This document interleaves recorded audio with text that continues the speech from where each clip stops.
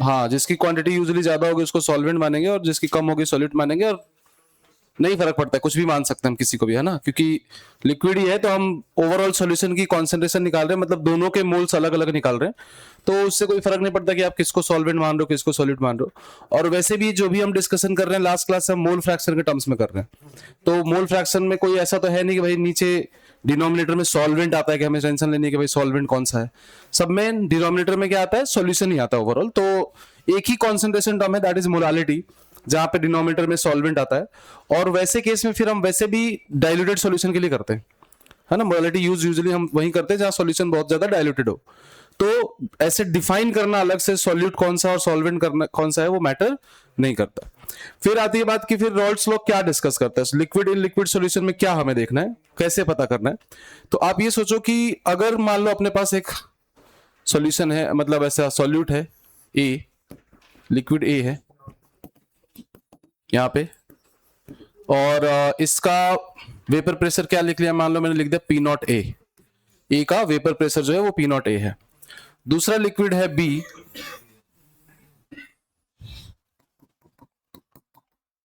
Liquid B का जो vapour pressure है वो क्या है, पी नॉट बी है। तो पी नॉट ए और पी नॉट बी का अगर हमें देखना है तो जो फाइनल वेपर प्रेशर मिक्स करने के बाद होगा वो हमें कैलकुलेट करना है, राइट। पर हाँ ये चीज जरूर है कि जो फाइनल वेपर प्रेशर होगा, छोड़ दो मैं करता हूं,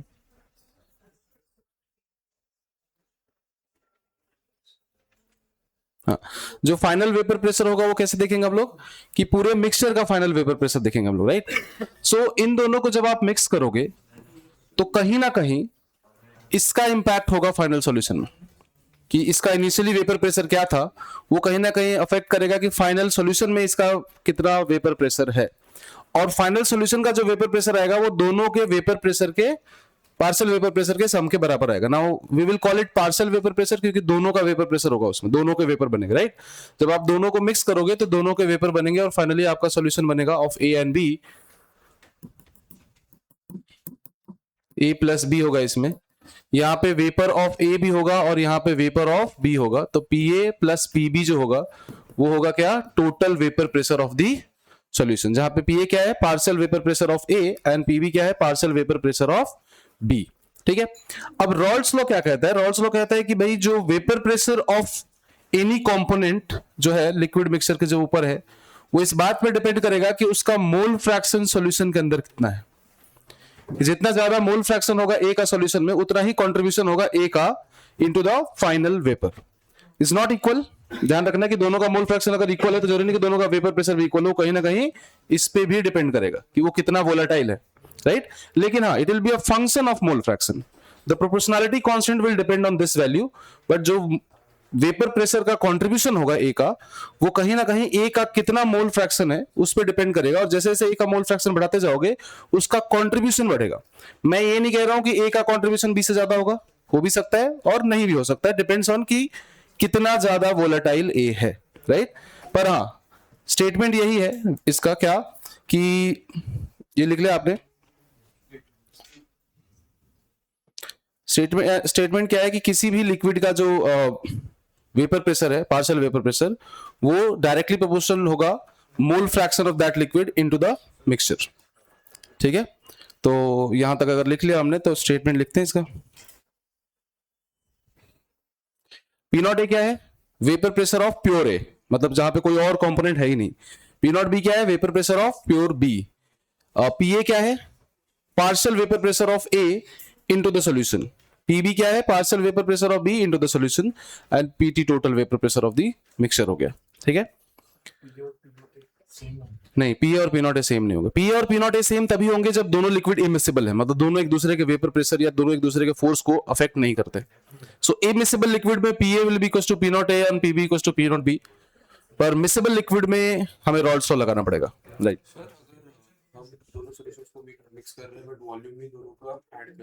हाँ तो दोनों को नहीं, सो वेपर इस बात पर डिपेंड नहीं करता ना कि कितना वॉल्यूम लेके आ रहे हो, वेपर तो फिक्स ही रहता है ना। वेपर की खास बात तो ये है ना कि आप कितना लिक्विड लेके आ रहे हो उससे फर्क नहीं पड़ेगा कि वेपर कितना बनेगा, है ना। टेम्परेचर डिपेंडेंट है तो उतना ही प्रेशर क्रिएट करेगा वो, और यही हमें समझना है। तो रॉल्स लॉ के हिसाब से क्या है भाई कि for a mixture of binary solutions, है ना, जो वेपर प्रेशर होगा वो किसका फंक्शन होगा, partial vapour pressure of sorry mole fraction of the liquid into the solution. लिखोगे आप क्या कि partial vapour pressure of component into the solution is proportional to mole fraction of that component into the solution। रुक जाओ एक minute रुको,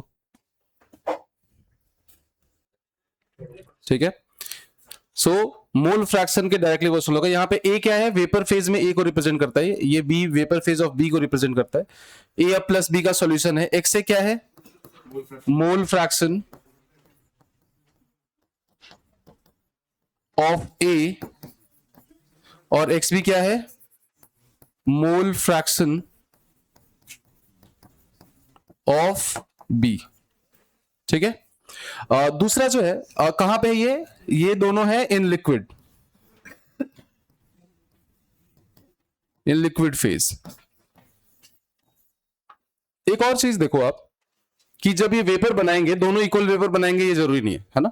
और जो ज्यादा वोलेटाइल है वो ज्यादा वेपर यूजुअली बनाएगा, पर अगर उसके मोल ही कम है तो हो सकता है कि उसका ज्यादा वेपर भी इतना ज्यादा ना हो कि दूसरे को डोमिनेट कर सके। सो ये जो नंबर है हमें अलग से डिफाइन करना पड़ेगा। तो मान लो अगर हम इसको बी कह रहे हैं तो ये वाई बी होगा, दैट विल बी क्या, mole fraction of B in vapour phase, Y B या एक्स डैश बी भी लिख सकते हो ऐसा। और यहां पे ये वाई ए होगा जो कि मोल fraction of A in vapour phase. ये टर्म्स हम अभी डिफाइन कर लेते हैं क्योंकि आगे हम यूज करेंगे इनको, है ना। तो रॉल्स लॉ क्या कहता है भाई कि partial vapour pressure of A into the liquid mixture, on to the liquid mixture actually is directly proportional to mole fraction of A into the liquid mixture। कि A का पार्शियल वेपर प्रेशर लिक्विड पे उतना ही होगा जितना उसका mole fraction liquid solution के अंदर होगा, ठीक है। और यहां से आता है PA is equals to XA into P0 A, where P0 A is the original vapor pressure and also the proportionality constant, ठीक है। वैसे ही हम लोग लिखेंगे तो PB partial vapor pressure of B onto the liquid surface is directly proportional to mole fraction of B into the liquid solution, and PB आ जाएगा कितना, XB into P0 B। और यहां से जब हम ऐड करेंगे तो टोटल वेपर प्रेशर कितना आएगा, PT आएगा XA into P0 A plus XB into P0 B। एक तो ये हो गया फॉर्मूला, बहुत कॉमनली यूज होता है फॉर्मूला, मतलब मोस्ट ऑफ द क्वेश्चन इसी से होंगे, यही फॉर्मूले से होंगे, बस उसका मीनिंग थोड़ा समझना पड़ेगा, लैंग्वेज जो दी होगी उसको समझना होगा। सॉल्यूशन चैप्टर में मैंने आपको पहले बताया था कि सारे क्वेश्चन फॉर्मूले से ही होते हैं, है ना। या तो थ्योरेटिकल क्वेश्चन आएगा वही वेपर प्रेशर पे बेस्ड या उस तरह का, या फिर फॉर्मूला बेस्ड क्वेश्चन आएंगे, लेकिन उसमें लैंग्वेज को क्रैक करना थोड़ा सा अपने को सीखना पड़ेगा कि भाई क्या लिखेंगे तो क्या समझेंगे उसका। जैसे यहाँ पे हम इसको और मॉडिफाई कर सकते हैं, हम लिख सकते हैं इसको XA into P0 A plus 1 minus XA into P0 B लिख सकते हैं क्या, क्योंकि टोटल दो ही अगर कंपोनेंट्स है तो मोल फ्रैक्शन का टोटल सम 1 ही होता है, तो XA अगर XA है तो XB जो हो जाएगा वो 1 माइनस XA हो जाएगा। इसको अगर हम थोड़ा रीअरेंज करें तो यहां से आता है PT is equal to P0 B plus P0 A minus P0 B, right, into XA। तो यहां से total vapour pressure in terms of mole fraction of सिर्फ A आ गया, वैसे मोल फ्रैक्शन ऑफ B के टर्म्स में लिखोगे। अच्छा, अगर P0 A is greater than P0 B then slope of this graph will be positive. ये स्लोप है y is equal to mx plus c, right, तो ये स्लोप पॉजिटिव होगा। और इसका दूसरा फॉर्मेट भी लिख सकते हो आप P0 B के फॉर्म में कि P0 A plus P0 B minus P0 A into XB। तो XA और XB के मोल फ्रैक्शन के टर्म्स हम ग्राफ लिख सकते हैं, ड्रॉ कर सकते हैं, और वही हमें करना है नेक्स्ट। तो यहां तक लिखो, कोई डाउट है तो बताओ।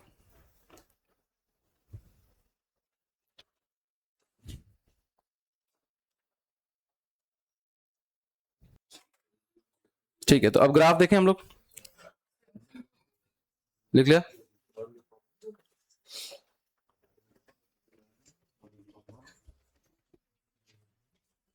दोनों ग्राफ ड्रॉ करना आप पैरेलल, मतलब P naught P versus X A and P versus X B का ग्राफ पैरेलल ड्रॉ करो, अगल बगल में, मतलब एक ही कंडीशन। हाँ, तो ग्राफ अगर हमें देखना है पी टी वर्सेस एक्स ए का ग्राफ मान लो आपको ड्रॉ करना है, तो इक्वेशन क्या है? अभी हमने लिखा था इक्वेशन क्या कि पी टी, हमने लिखा था इक्वेशन क्या कि P T is equal to P naught B plus P naught A minus P naught B into X A, ये लिखा था। तो यहां पे मान लेते हैं कि एक्स ए 0 है। अच्छा, एक्स ए की वैल्यू फिक्स है 0 से 1 के बीच में, है ना, तो यहां पे एक्स ए कितना होगा? 1 होगा, ठीक है। और अगर ऐसा है तो ग्राफ कुछ पी नॉट बी से स्टार्ट होगा, and if you are assuming कि A is more volatile than B, तो ये इंक्रीजिंग ग्राफ होगा और कहां पे जाकर रुकेगा? पी नॉट ए तक, है ना। एंड क्या अज्यूम करें हम लोग कि P naught A is greater than P naught B, और इसका जो स्लोप होगा वो क्या होगा? P naught A minus P naught B, ठीक है। कोई डाउट इस पे किसी को? अच्छा, मैंने ये वाली बाउंड्री क्यों ली क्योंकि ये फिक्स है, ये लीनियरली ऐसा नहीं कहीं तक जा सकता, ये 1 तक ही रहेगा। तो यहाँ पे इसकी मैक्सिमम वैल्यू कितनी होगी? पी नॉट ए के बराबर होगी। यहाँ पे बाय द वे प्रेशर है, तो यहाँ पे पी नॉट बी के बराबर है, और इस एक्सिस पे फिर ये पी नॉट ए तक जा रहा है मैक्सिमम, ठीक है। अब इसके जस्ट पैरेलल अगर हम पी नॉट बी का ग्राफ बनाए,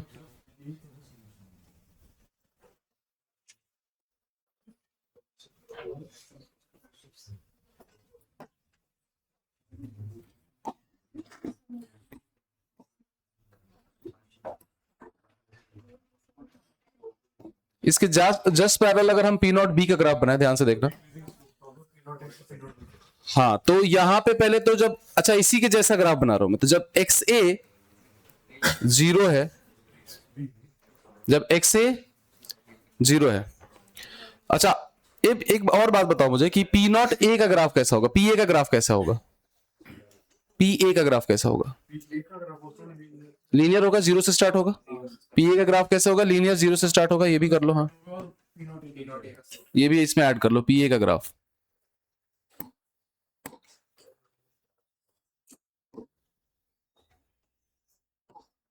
ये ग्राफ किसका है? ये पी ए का, है ना। P A is equal to X A into P naught A का ग्राफ है, ठीक है। अब एक्स ए जब 0 है और एक्स बी 1 है, राइट, और जब एक्स ए 1 है तो एक्स बी क्या है? 0 है क्या? इस ग्राफ में सिर्फ मैं एक्स बी को ड्रॉ करूंगा, बट हाँ, अच्छा टोटल प्रेशर का ग्राफ थोड़ी बदल जाएगा, टोटल प्रेशर का ग्राफ नहीं बदलेगा, बस स्टार्ट यहां से होगा, राइट, कि जब एक्स बी 0 होगा, सॉरी क्या लिख दिया मैंने, एक्स बी 0 होगा तो एक्स ए 1 हो जाएगा, सही लिखा है मैंने। मैं इधर से रीड कर रहा हूं इस ग्राफ को, क्योंकि प्रैक्टिकली होगा यही कि जब एक्स ए बढ़ेगा तो एक्स बी घटेगा, और जब एक्स बी घटेगा तो मतलब एक्स बी बढ़ेगा तो एक्स ए घटेगा, राइट। तो जब एक्स ए आपका यहाँ पे 0 था तो उसी टाइम पे एक्स बी यहाँ पे क्या था? 1 था। तो ग्राफ जब एक्स बी 0 होगा तो कहां पे होगा? यहाँ पे होगा, और उसकी वैल्यू क्या होगी? पी नॉट ए के बराबर होगा। और इस बार ग्राफ ऐसे जाएगा, कहां तक? पी नॉट बी तक। सेम ही ग्राफ है ना, ग्राफ थोड़ी चेंज हो जाएगा, हाँ ना, सेम ही ग्राफ है, बस स्टार्ट दूसरी साइड से कर रहे हैं हम लोग। जब एक्स ए 1 है, अब हम पी नॉट बी का ग्राफ, अगर पीबी का ग्राफ देखें अगर, तो पीवी का ग्राफ यहां से स्टार्ट होगा और यहां तक जाएगा, होगा।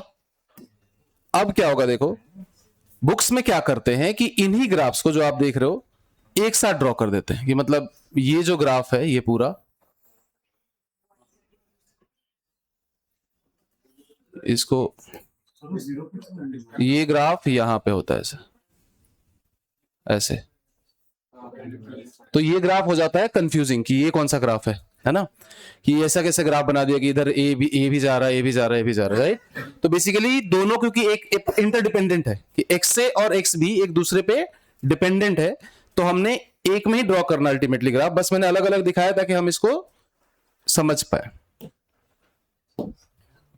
समझ पा रहे हो आप कि पहले मैंने x से जब 0 रखा उस टाइम पे x भी 1 होगा, तो मतलब maximum pressure P naught B के बराबर होगा। x भी 1 है ना, यहां पे x भी 1 है तो प्रेशर पी नॉट बी के बराबर होगा, और जब x से 1 है तो प्रेशर पी नॉट ए के बराबर होगा, और उसके बीच में लीनियरिटी वैरी करेगा। अगर इधर से ग्राफ देखोगे तो स्लोप नेगेटिव होगा, होना भी चाहिए।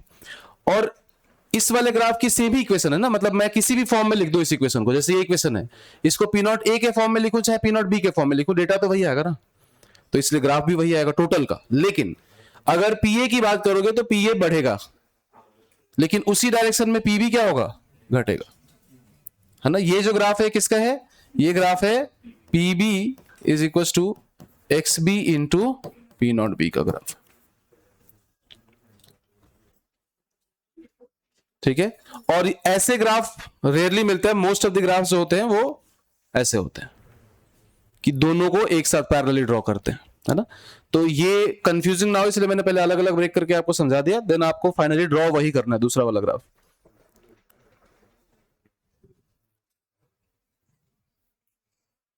बोलो कोई डाउट इसमें?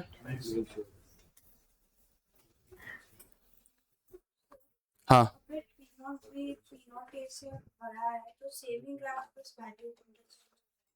हाँ, मतलब पी नॉट बी अगर पी नॉट ए से बड़ा होता तो ग्राफ ऐसे जाता, टोटल प्रेशर का, पी नॉट बी ऊपर होता, पी नॉट ए नीचे होता, मिलना उसको वही है, उसके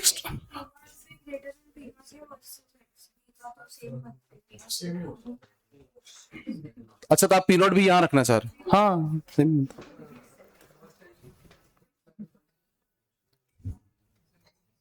लिख लिया मैंने, एक साइड से x से बढ़ाया है, और जैसे जैसे x से बढ़ रहा है वैसे वैसे x भी घट रहा है, तो मैंने xb का ग्राफ दूसरी साइड से ड्रॉ किया है एक्चुअली, कि इधर से देख रहा हूं मैं xb कि xb 0 है, फिर इधर बढ़ रहा है xb, तो इधर xb बढ़ रहा है तो प्रेशर भी xb की वजह से आने वाला इधर ही बढ़ेगा, है ना।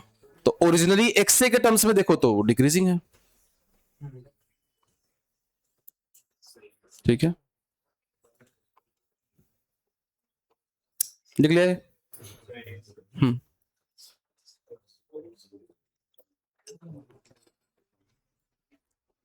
ये जो येलो वाला और ग्रीन वाला सेम ही ग्राफ है भाई, सेम ही ग्राफ है दोनों, है ना। ये पीटी का ग्राफ है, टोटल प्रेशर का। कोई भी ग्राफ वाला पीटी का ग्राफ समझती है, किसी के भी वाला पीटी को सेम ही पीटी सेम ही आएगा, यस। अगर सेम सॉल्यूशन का ग्राफ बना रहे हो आप तो पीटी का सेम ही आएगा, है ना। लिख लिया, ठीक है। तो ये ग्राफ ड्रॉ कर लो,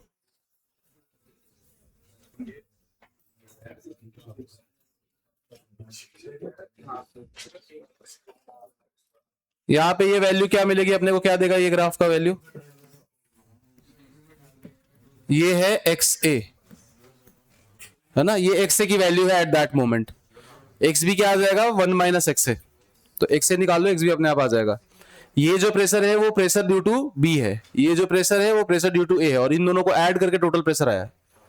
तो ये value at graph at any moment will be this plus this, तो मतलब यहां से ये उतना ही ऊपर होगा जितना यहां से ऊपर है मैथमेटिकली, राइट, क्योंकि पीटी इज इक्वल टू क्या, पी ए प्लस पीबी, तो उस हिसाब से हमने ग्राफ ड्रॉ किया। PT is equal to P A plus PB है, एंड पी ए और पीबी खुद क्या है, X A into P naught A plus X B into P naught B है। तो ये जो नंबर, ये जो गैप है ना, ये वाला और ये वाला गैप दोनों बराबर है,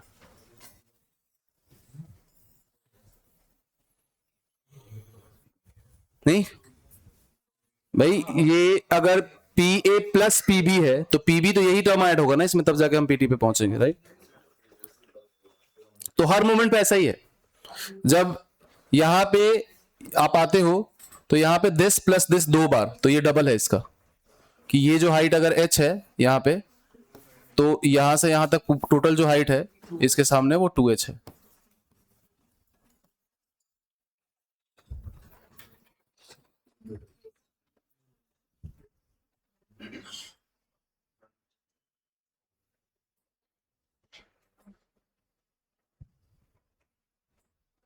ठीक है।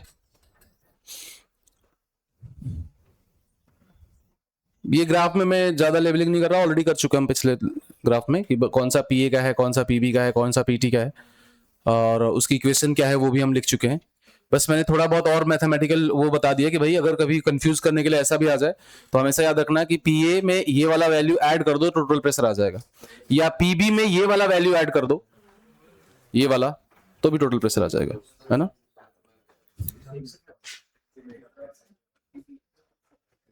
आपको नेक्स्ट ग्राफ ड्रॉ करना है या फिर इक्वेशन लिखनी है। पहले तो आप मुझे ये बताओ कि वेपर फेज का जो कॉम्पोजिशन होगा एट एनी मोमेंट, वो हम कैसे निकालेंगे in terms of X A, P naught A and P T. Y A और वाई बी कैसे निकालेंगे? Vapour phase composition in terms of X A, X B, P naught A, P naught B, P T. हाँ, कौन सा equilibrium constant क्यों?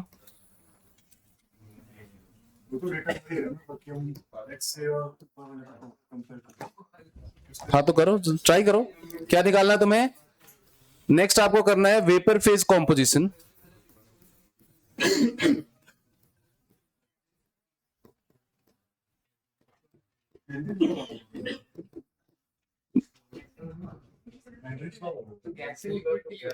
Vapour phase composition मतलब आपको बताना है Y A and Y B, या फिर आपको टोटल प्रेशर का ग्राफ इक्वेशन लिखना है in terms of Y A and Y B.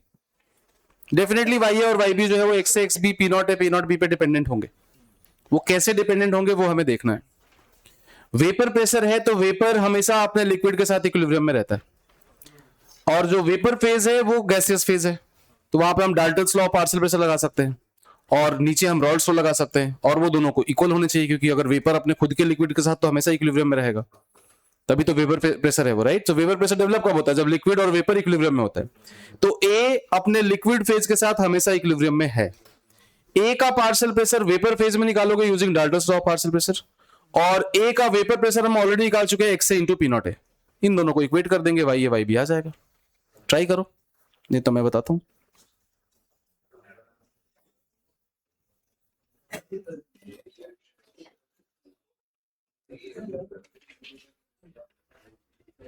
Vapour phase composition आगे आ रहा है, तुमको लग रहा है ना? जगह है आगे वैसे, एक आदमी तो एडजस्ट हो सकता है।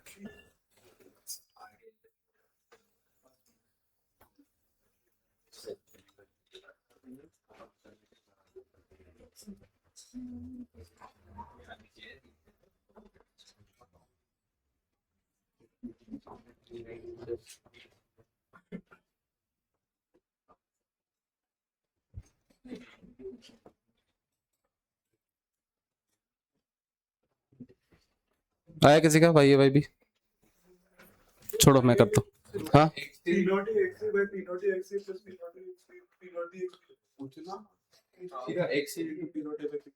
हाँ हाँ, वही वो भी वही बोल रहा है, वो ऐड करके बोल रहा है टोटल। हाँ सो देखो, कोई भी लिक्विड सॉल्यूशन है उसमें इधर क्या है आपके पास, ए प्लस बी है ना, और इधर vapour of A and B है। तो अगर रॉल्स लॉ यूज करें तो हमें पता है क्या कि P A is equal to X A into P naught A, और पी ए क्या है? वेपर प्रेशर है, मतलब वेपर का प्रेशर है। तो वेपर का प्रेशर हम ऐसे भी तो निकाल सकते हैं ना कि यूजिंग डाल्टन्स लॉ,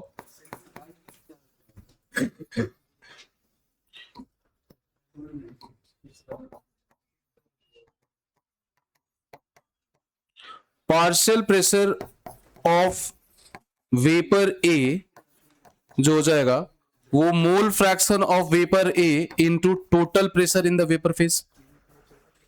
ये होगा ना, तो डाल्टन्स लॉ ही कहते हैं कि भाई टोटल प्रेशर अगर गैसेस का यहाँ पे पीटी है तो पीटी जो होगा वो mole fraction of gas in total pressure के बराबर होगा, और लिक्विड ए अपने वेपर के साथ इक्विलिब्रियम में है, राइट। सो अगर लिक्विड ए और उसका वेपर इक्विलिब्रियम में है तो आप लिखेंगे since A and its vapour are always in equilibrium, आप लिख सकते हो क्या कि partial pressure of A in vapour phase must be equals to P A. जो पार्शियल वेपर प्रेशर है और partial pressure in vapour phase same ही बात है, राइट? तो इक्वल होने चाहिए। तो यहां से हम लिखेंगे क्या, P X A into P naught A, that is P A की value is equal to Y A into P T. तो यहां से मोल फ्रैक्शन ऑफ ए आ गया कितना, x A into P naught A by P T. और Y ए आ गया तो Y भी तो वैसे भी 1 माइनस वाई ए करके निकाल सकते हैं, या फिर आप पूरा स्टार्टिंग से जाके भी कर सकते हो। फिर से समझा दूं, पहले हमने लिखा जो रॉल्स लॉ से लिखा था कि partial pressure of A is equal to mole fraction of A into total pressure. ये हो गया partial vapour pressure of A, ठीक है। अच्छा, partial pressure of vapour of A, A जो लिक्विड सरफेस के ऊपर है, तो लिक्विड सरफेस में ए का भी वेपर है और बी का भी वेपर है, इनका टोटल प्रेशर जो है वो पीटी है, और दोनों का मोल फ्रैक्शन मैंने मान लिया वाई ए और वाई बी है। तो डाल्टन्स लॉ यूज करके हम बोल सकते हैं ना कि भाई किसी भी गैस का जो पार्शियल प्रेशर है वो टोटल प्रेशर इंटू उसका मोल फ्रैक्शन, तो टोटल प्रेशर तो वही है P T into mole fraction Y A कर दिया मैंने। और लिक्विड ए अपने वेपर के साथ इक्विलिब्रियम में है, तो ये जो वैल्यू और ये जो वैल्यू दोनों बराबर होनी चाहिए, तो दोनों को मैंने इक्वेट कर दिया, वहां से मुझे वेपर फेज में ए का मोल फ्रैक्शन मिल गया। Partial pressure of A upon total pressure, यही तो होता था ना मोल फ्रैक्शन का फॉर्मूला, नहीं होता था कि डाल्टन्स लॉ में, तो वही निकाला हमने, partial pressure of A upon total pressure is equal to mole fraction of A in vapour phase. Dalton's law सिर्फ वेपर फेज पे लगा सकते हैं, भाई लिक्विड फेज पे लगा रहे होते तो हमें रॉल्स लॉ की जरूरत ही नहीं पड़ती, है ना।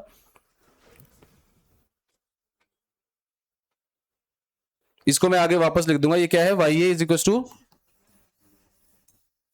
एक्स ए इंटू, यहां से आया क्या, Y A is equal to X A into P naught A which is P A by P T.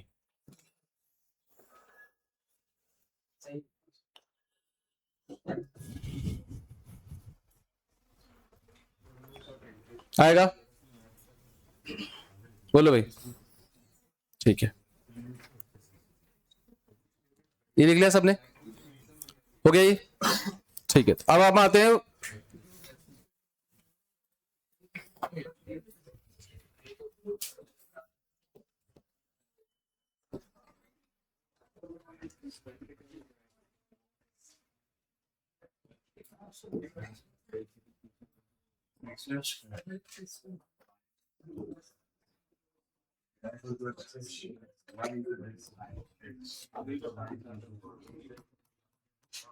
अभी के लिए हटाओ इसको, देखो तो यहां से हमने लिखा क्या, अभी तक हमने निकाला Y A is equal to X A into P naught A by P T, और वाई बी आ जाएगा क्या, X B into P naught B by P T, या फिर 1 minus Y A, same same value आएगी, आप वो करके भी देख लो।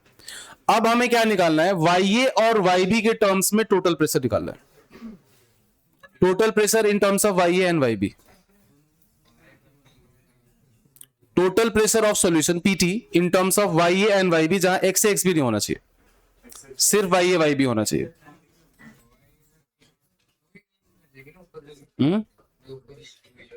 हाँ वही लाना है ना, मतलब देखिए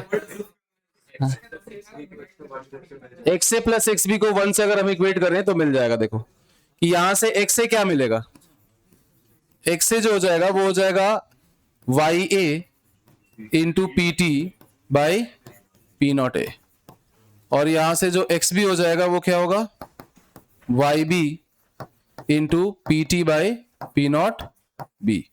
और हमें पता है क्या कि X A plus X B will be equal to 1, ये तो हमें पता ही है कि mole total mole fraction of, in fact Y A और वाई बी भी 1 के बराबर होगा, वाई ए प्लस वाई बी भी 1 के बराबर होगा, पर हम एक्स ए और एक्स बी को यूज कर रहे हैं यहां से, तो हमें क्या मिलेगा कि Y A into P T by P naught A plus Y B into P T by P naught B is equal to 1। और यहां से सिंप्लीफाई करोगे तो ये जो ऊपर मैंने इक्वेशन लिखी थी ये आ जाएगा क्या, क्या कि पीटी को मैंने इधर भेजा, तो 1 by P T is equal to Y A, ये वाई ए है बाय द वे, है ना।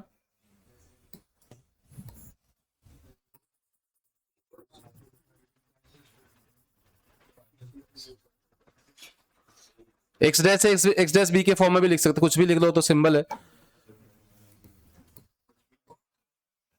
सो ये हो जाएगा Y A by P naught A plus Y B by P naught B. अब इसको पुराने ग्राफ की तरह मॉडिफाई करें, अगर सिर्फ वाई ए के टर्म्स में लिखना हो अगर, तो क्या लिखोगे? वाई ए को वाई बी को 1 माइनस वाई ए लिख सकते हैं हम लोग। 1 माइनस वाई लिखोगे तो क्या ये 1 बाई पी टी, ध्यान से देखना, is equal to 1 by P naught B plus 1 by P naught A minus P naught B into Y B, ये होगा ना, sorry Y A. One minus Y B को कॉमन ले लिया मैंने, so P naught A minus P naught B into Y A. देखो ये होगा क्या, देखो क्या किया मैंने, कुछ नहीं, वाई बी की जगह 1 माइनस वाई ए लिख दिया बस, और उसको उसके बाद सिंप्लीफाई किया, तो यहां से डायरेक्टली हमें ये मिल गया। ठीक है, अब ध्यान से देखो, ये जो ग्राफ है वो वेपर फेज कॉम्पोजिशन के टर्म्स में। अच्छा ये लिख लिया तो दूसरा वाला तो समझ ही जाओगे ना, कि अगर वाई ए के फॉर्म में लिखना, अगर वाई बी के फॉर्म में लिखना होगा तो यहाँ पी नॉट ए आ जाएगा, और बाकी मतलब जहां जहां पी नॉट बी है वहां पी नॉट ए आ जाएगा, और पी नॉट ए की जगह पी नॉट बी आ जाएगा। ध्यान दो, अगर हमें total pressure P T versus Y A का ग्राफ बनाना हो तो इनिशियल वैल्यूज तो वही रहेंगी क्या? जब वाई ए 0 होगा तो एक्स से भी 0 होगा, इसका मतलब जब वेपर फेज में ए नहीं है, इसका मतलब लिक्विड फेज में भी ए नहीं होगा, राइट? तो जब ए नहीं होगा तो जब ये पी नॉट बी के बराबर हो जाएगा, और ये एंड कहां पे होगा? पी नॉट ए पे। कोई डाउट? कैसे? जब यहां पे एक्स ए 0 है और वाई ए भी 0 है, और जब एक्स बी 1 होगा, सॉरी एक्स ए 1 होगा और वाई ए भी 1 होगा, तो उस टाइम पे टोटल प्रेशर पी नॉट ए के बराबर होगा। कोई दिक्कत? पर ये जो वेरिएशन होगा, ये जो ग्राफ होगा, ये लीनियर नहीं है। ये जो ग्राफ दिख रहा है ये लीनियर ग्राफ नहीं है, क्लियरली लीनियर ग्राफ नहीं है। वाई ए वर्सेस पीटी का ग्राफ लीनियर तो नहीं है, तो वाई ए वर्सेस पीटी का ग्राफ जो आएगा वो कुछ इस तरह का आता है, वेपर फेज कॉम्पोजिशन का ग्राफ।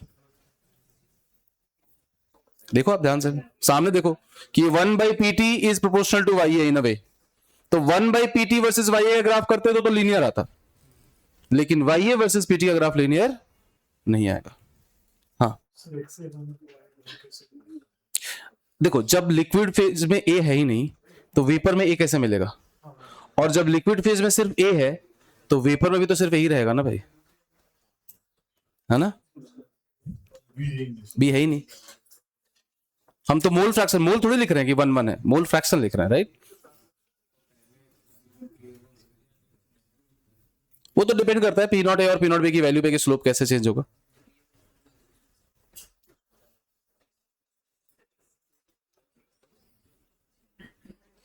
बोलो ये समझ में आ रहा है कि ये जो ग्राफ है, अच्छा 1 by P T versus Y A का ग्राफ पूछते तो एग्जैक्टली वैसा ही बनता जैसे हमने पहले ग्राफ बनाया था, बस उसके कॉन्स्टेंट्स अलग होते, 1 बाई पी नॉट बी और 1 बाई पी नॉट ए होते, है ना? बाकी ग्राफ सेम होता।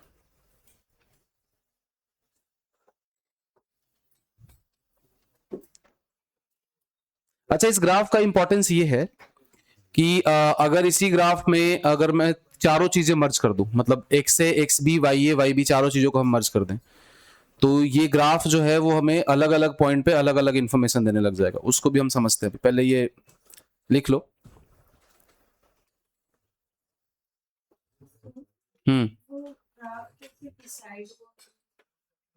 कैसे डिसाइड होगा?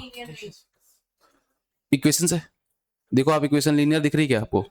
1 by Y is equal to something into X है, तो लीनियर तो नहीं है, लीनियर क्योंकि y is equal to something into x होना चाहिए था, राइट? सो 1 बाई वाई ये टर्म है, और is equal to some constant, चलो इसको हम नॉर्मल भी होता तो हम कांस्टेंट लेते, इससे कोई फर्क नहीं पड़ता लिनियरिटी पे, पर 1 by Y is equal to some constant plus some constant into Y x, मतलब तो ये लीनियर तो नहीं है। y is equal to mx plus c linear होता है, right? 1 by Y is equal to mx plus c linear नहीं होगा, है ना? अब इसका कर्वेचर यही कैसे आया, वो उसके लिए हम थोड़ी मैथ्स लगा सकते हैं और पता कर सकते हैं कि इसका कर्वेचर यही कैसे है। तो उसका स्लोप निकालोगे आप, dy बाई मतलब इसका स्लोप निकालोगे।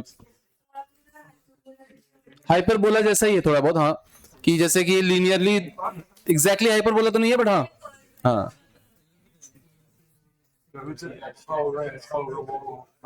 वो मैथ से आएगा डेफिनेटली, है ना। तो मुझे पता है इसलिए मैंने ऐसे ड्रॉ कर दिया, कर्वेचर ऐसा होता है ना, बाकी वो मैथ से ही आएगा कर्वेचर जो अपने निकाल रहे हैं इसे। कर्वेचर ऐसा हो सकता है अगर ये टेम्परेचर के टर्म्स में ग्राफ होता तो, पर अभी प्रेशर के टर्म्स में, है ना। एनीवेज, ये लिख लिया, ठीक है। अब देखो ध्यान से एक बार,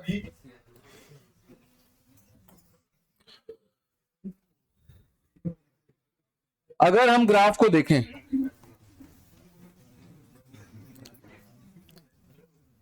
इन ग्राफ्स को समझते हैं कि इससे क्या क्या इंफॉर्मेशन एक्सट्रैक्ट किया जा सकता है, एग्जाम में कैसे इस ग्राफ को यूज कर सकते हैं टू कंफ्यूज अस और टू मतलब कुछ भी इंफॉर्मेशन निकालने के लिए, खास करके एडवांस में। मेंस का तो पता नहीं, पर मान लो मैंने यहां पे माना है एक्स ए जो है वो 0 है, तो वाई ए क्या होगा 0, और एक्स बी क्या होगा 1, और वाई बी क्या होगा 1, ठीक है। तो यहां पे जो प्रेशर होगा वो किसके बराबर होगा, पी नॉट बी के बराबर, ठीक है। और दूसरे एक्सट्रीम पे है एक्स ए 1, तो वाई ए भी है कितना 1, एक्स बी 0, और वाई बी भी 0, ठीक है। ये हो गए दोनों एक्सट्रीम। यहां पे जो ग्राफ की वैल्यू होगी वो किसके बराबर आ रही है, पी नॉट ए के बराबर, और हमने अज्यूम किया है कि A is more volatile than B, तो हमने ऐसा ग्राफ बनाया। अब ये जो ग्राफ है उसको हम ऐसे कनेक्ट कर देंगे, राइट। तो ये हो गया किसका, हाँ, ये किसका ग्राफ हो गया कि P T is equal to X A into P naught A plus X B into P naught B का ग्राफ हो गया। फिर हमने इसी पे एक और ग्राफ बनाया जो हमें देता है वेपर फेज कॉम्पोजिशन। ये किसका ग्राफ है, ये है PT versus Y A and Y B. 1 by PT का ग्राफ नहीं, इसकी इक्वेशन है 1 by PT is equal to something, but यहां पे हम ले रहे पीटी ही, इस पे हमारा क्या है पीटी है इस एक्सिस पे, और इस एक्सिस पे दोनों का मोल फ्रैक्शन एक साथ है। तो अगर मान लो मैं कोई रैंडमली कोई प्रेशर मार्क करता हूं यहां पे, मान लो पी डैश नाम दिया मैंने इसका, और इस ग्राफ को हम एक्सटेंड करते हैं, मतलब इसको इस पे वैल्यूज पता करते हैं, तो दो इंफॉर्मेशन मिल रही है हमें कि फॉर दिस प्रेशर ये जो तुम्हें बताएगा ये तुम्हें एक्स से बताएगा, और ये जो तुम्हें बताएगा ये तुम्हें वाई ए बताएगा, ठीक है। तो अगर तुम वेपर फेज कॉम्पोजिशन वाले ग्राफ पे वाई ए मतलब सॉरी कोई वैल्यू मार्क करते हो, कोई पॉइंट मार्क करते हो, तो तुम्हें वेपर फेज का कॉम्पोजिशन बताएगा फॉर दैट प्रेशर। तो ये same pressure, vapour pressure same है, तो एक्स से इतना है और वाई ए इतना है, and it also depends on volatility of the liquid, not just this value, liquid की वोलेटिलिटी पे भी डिपेंड करेगा, है ना, ठीक है। तो लिख लो इसको,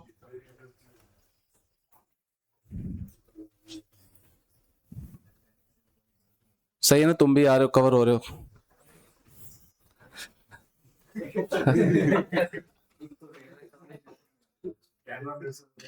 हाँ कैमरा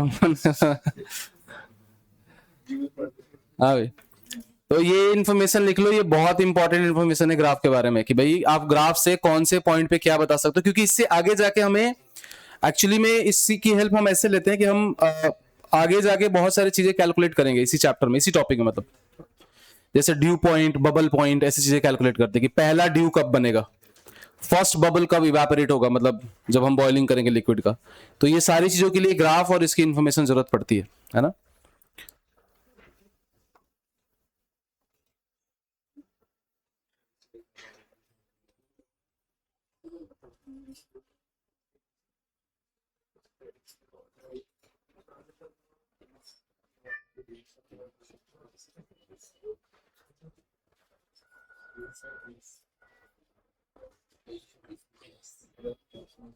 अच्छा वाई आ गया तो वाई भी तो निकाल लोगे ना, तो 1 माइनस वाई कर लोगे, है ना।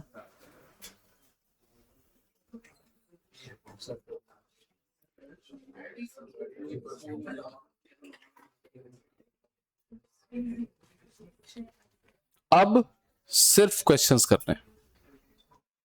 है ना? हो गया, फॉर्मूला इतना ही है, रॉल्स लॉ के स्टेटमेंट्स वगैरह सब यही है। अब सिर्फ क्वेश्चन है कि कैसे कैसे इसको डिफरेंट तरीके से अप्लाई किया जा सकता है। बहुत इजी, फिजिकल केमिस्ट्री का सबसे इजी चैप्टर यही है।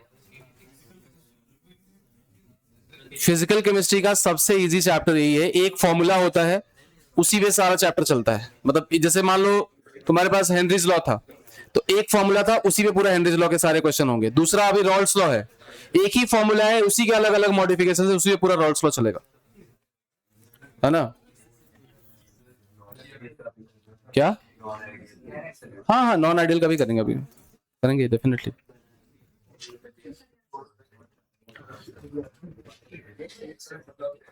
ठीक है, लिख लिया ये, चलो ये हो गया, यही ग्राफ है तो कर लिया हमने ऑलरेडी। हाँ, अब आते हैं हम ideal and non ideal solution. Question कर ले पहले, पर पता नहीं क्वेश्चन में बीच में आइडियल नॉन आइडियल आ जाएगा, तो इसलिए मैं सोच रहा हूँ पहले ये कर लेते हैं। चलो, आइडियल और नॉन आइडियल सॉल्यूशन क्या होता है कि अभी तक जो हमने डिस्कस किया था that is valid for ideal solution, कि भाई जैसा रॉल्स लॉ में स्टेट किया गया वैसा ही फॉलो कर रहा है solution. What is non ideal solution?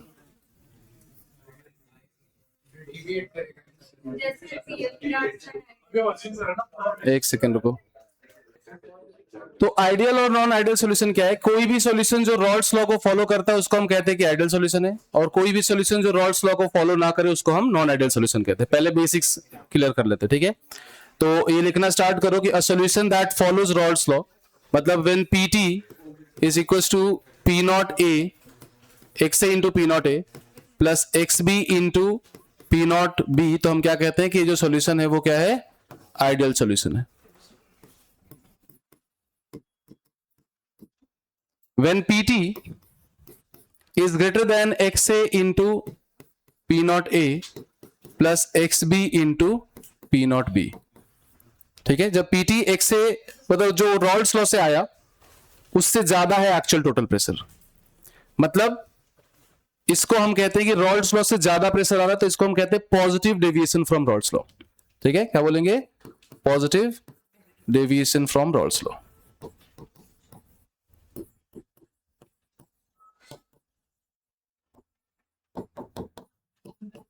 क्यों होता है वो भी हम देखेंगे।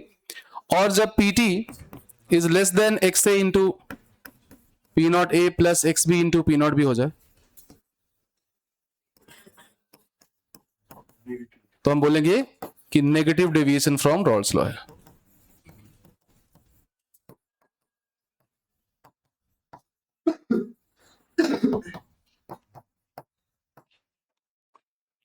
ठीक, अब पीटी रॉल्स लॉ से ज्यादा होने का मतलब क्या है कि रॉल्स लॉ ने जो वेपर प्रेशर प्रेडिक्ट किया था, partial vapour pressure which is x A into P naught A, actual vapour pressure उससे ज्यादा है।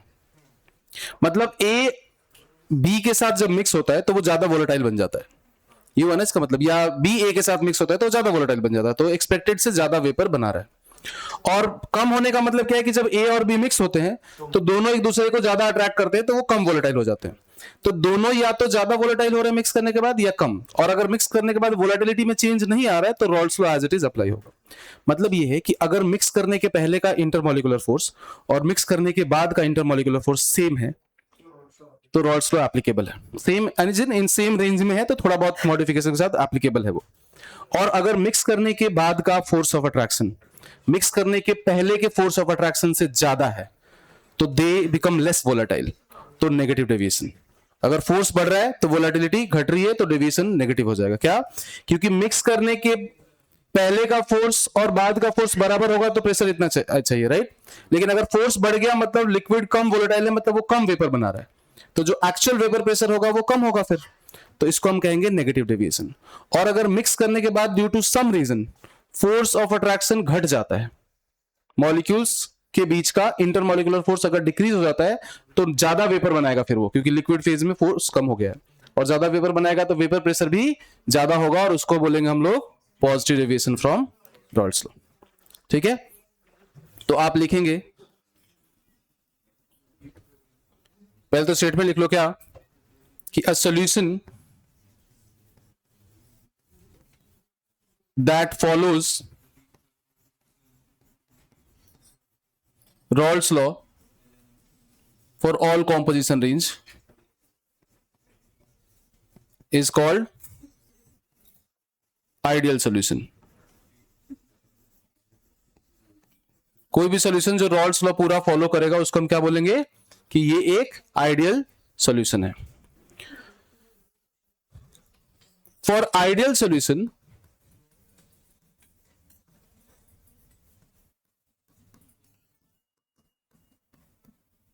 ए के बीच का जो फोर्स है, ए एक हमने कंपोनेंट मान लिया पूरा, ए एक मॉलिक्यूल भी हो सकता है, एक मॉलिक्यूल ही होगा मोस्टली, है ना, कोई लिक्विड मॉलिक्यूल है जिसका नाम हमने ए रख दिया.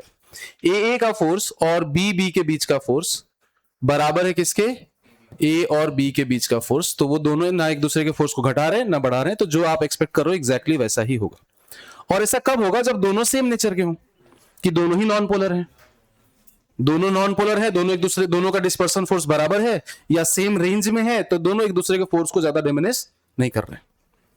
ठीक है, तो इस केस में हमेशा क्या होगा कि जो आप फॉलो करो, नो चेंज इन वोलेटिलिटी.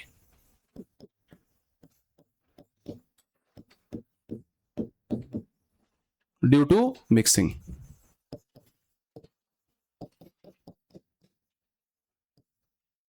ठीक है. For positive deviation, positive deviation के लिए क्या होगा,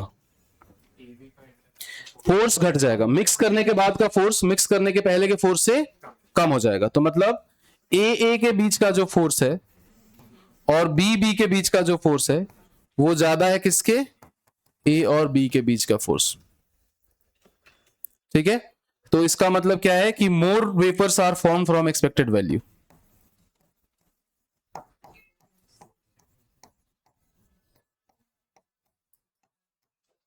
due to increase in volatility.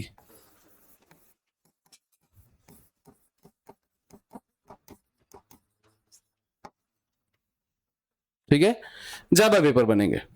ऐसा कब होगा, जब एक ज्यादा पोलर सॉल्वेंट के अंदर आपने एक लेस पोलर सॉल्वेंट डाल दिया, है ना. जैसे मान लो कि आपने एसीटोन को CH2 के साथ मिक्स कर दिया, तो एसीटोन के बीच में डाइपोल डाइपोल इंटरेक्शन था, CH2 के बीच में कोई नॉन पोलर था तो डिस्पर्सन फोर्स था, वो दोनों मिक्स हो गए, तो CH2 जो है वो एसीटोन के बीच के फोर्स को भी हिंडर कर रहा है, राइट. तो जो CH2 खुद को कम अट्रैक्ट करता था, जो एसीटोन आपस में डाइपोल डाइपोल इंटरेक्शन से इंटरैक्ट करता था, उस इंटरेक्शन को भी इसने कम कर दिया, हैम्पर कर दिया.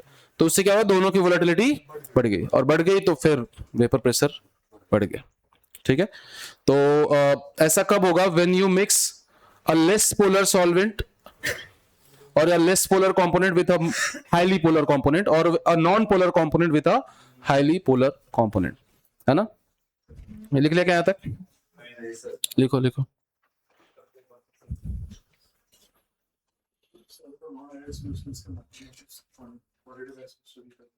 नहीं, क्योंकि वो ऑब्जेक्टिव नहीं है ना इतना, कौन किसको कितना हैम्पर कर रहा है हमें नहीं पता.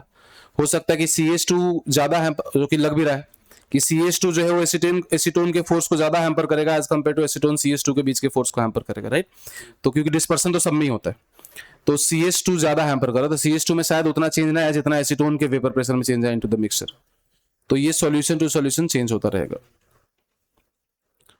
पर सोचो क्या होगा अगर हम लोग अमोनिया को, लेट्स से लिक्विड अमोनिया को हम लिक्विड वाटर के साथ मिक्स करते हैं,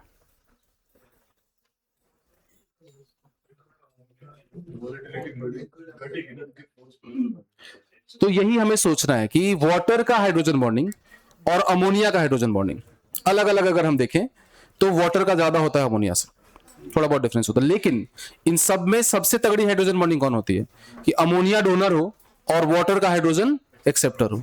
तो जब इन दोनों को मिक्स करोगे तो बॉन्ड स्ट्रेंथन हो जाएगा, बॉन्ड और ज्यादा स्ट्रांग हो जाएगा. तो ये हुआ एग्जांपल ऑफ नेगेटिव डेविएशन, कि जब मिक्स करने की वजह से फोर्स बढ़ जा रहा है, कि अलग अलग उनका जो भी फोर्स था मिक्स करने के बाद का फोर्स बहुत ज्यादा है. ठीक है, तो वहां पे होगा negative deviation from Raoult's law. तो ऐसे हमें सोचना है. तो और भी एग्जांपल्स है, पर पहले हम समझेंगे क्या कि दिस काइंड ऑफ डेविएशन, और पॉजिटिव डेविएशन की बात करें हम लोग, है ना. So positive deviation is expected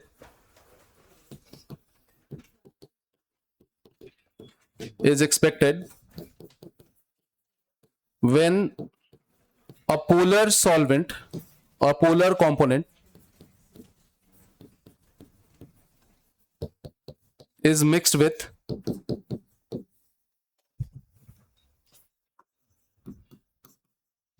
non-polar या वेरी लेस पोलर कंपोनेंट, ये दोनों की पोलैरिटी में बहुत ही डिफरेंस है ना। ये जनरल तरीका है वैसे तो, पर अगर मान लो मिक्स करने से पोलैरिटी दोनों की बढ़ जाती है तो फिर तो वो तो नेगेटिव ही हो जाएगा। तो हमें सिर्फ ये एग्जामिन करना है कि बाद का फोर्स ज्यादा है या पहले का फोर्स ज्यादा था, बस चाहे जैसे भी करो। जैसे इसके एग्जांपल में आ जाएंगे आपके क्या, आप CH2 प्लस एसीटोन कर दो।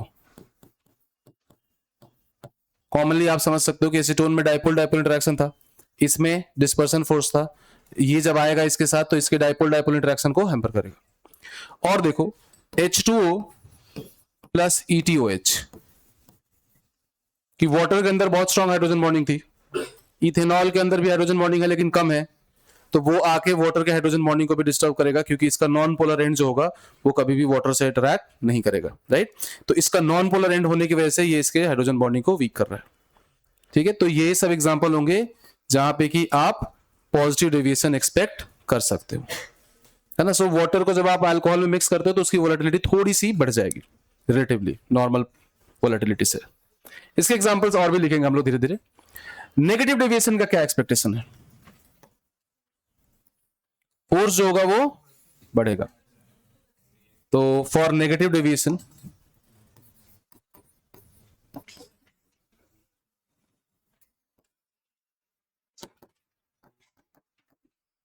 ए के बीच का फोर्स बी के बीच के फोर्स से ज्यादा होगा ए के बीच का फोर्स, ठीक है। यूजुअली व्हेन यू मिक्स मतलब वोलेटिलिटी घट जा रही है ना,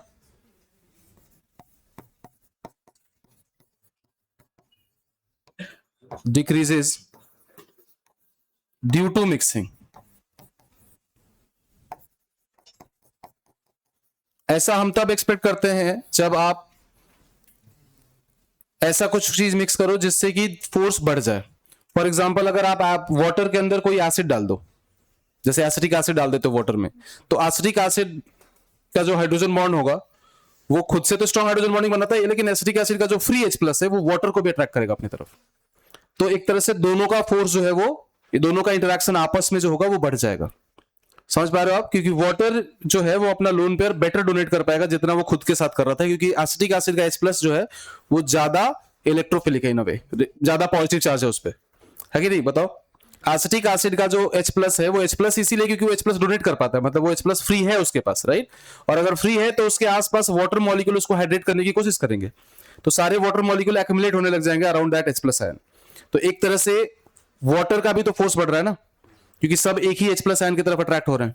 तो ऐसे केसेस में जब आप किसी भी सिंपल एग्जांपल याद रखो, क्या एक तो कॉमन याद ही रखो कि H2O plus acid, H2O plus acid कभी भी दे दें तो आप ध्यान रखना आपको नेगेटिव डेविएशन ही कराना है। क्यों? क्योंकि H2O मॉलिक्यूल एसिड के H+ आयन के चारों तरफ घूमने लग जाएंगे just because of H+ ion from the acid, और इससे फोर्स ऑफ अट्रैक्शन या H2O की वोलेटिलिटी भी कम हो जाएगी, ठीक है। उसके अलावा एक इसका ट्रिकी एग्जांपल है, that is acetone plus CHCl3। एक तो ये फाइनल ट्रिक ही है कि कभी भी वाटर के साथ कोई भी एसिड दिखे negative deviation, water plus benzoic acid negative deviation, water plus acetic acid negative deviation, ठीक है। उसके अलावा एक और एग्जांपल है, क्या ये तो चलो हम समझेंगे कैसे हो रहा है ये, क्योंकि ये दिख नहीं रहा है ऐसा। एसीटोन पोलर होता है, ये भी स्लाइटली पोलर होता है, दोनों ही पोलर कंपोनेंट्स हैं, तो इनमें नेगेटिव डेविएशन कैसे हो रहा है। उसके अलावा एक और एग्जांपल है, दैट इज, वो तो आप आसानी से समझ जाओगे कि आप सोचो ये अगर फिनॉल को एनिलीन के साथ मिक्स करें, देखो अगर फिनॉल को एनिलीन के साथ मिक्स करते हो तो फिनॉल का आपस का हाइड्रोजन बॉन्डिंग वीक, एनिलीन का खुद का हाइड्रोजन बॉन्डिंग वीक, लेकिन फिनॉल का H और एनिलीन का N अगर इंटरैक्ट करेंगे तो वो सबसे स्ट्रॉन्गेस्ट हाइड्रोजन बॉन्डिंग होगी, जो केमिकल बॉन्डिंग हमने डिस्कस किया था, याद है, स्ट्रेंथ ऑफ हाइड्रोजन बॉन्ड। तो इसका ये एज अ डोनर और इसका H plus as an acceptor forms better hydrogen bonding as compare to any of these two combinations together. तो इसका मतलब फोर्स बढ़ रहा है, फोर्स बढ़ रहा है तो फिर से क्या हो गया, नेगेटिव डेविएशन। तो ये सारे नेगेटिव डेविएशन के कॉमन एग्जांपल्स है, जिसमें यही वाला एक एग्जांपल है जो सब भूल जाते हैं या जो ऐसे लॉजिकली नहीं दिखता है कि है, बाकी सब आप लॉजिकली कर सकते हो। हाँ बताओ, कोई डाउट है?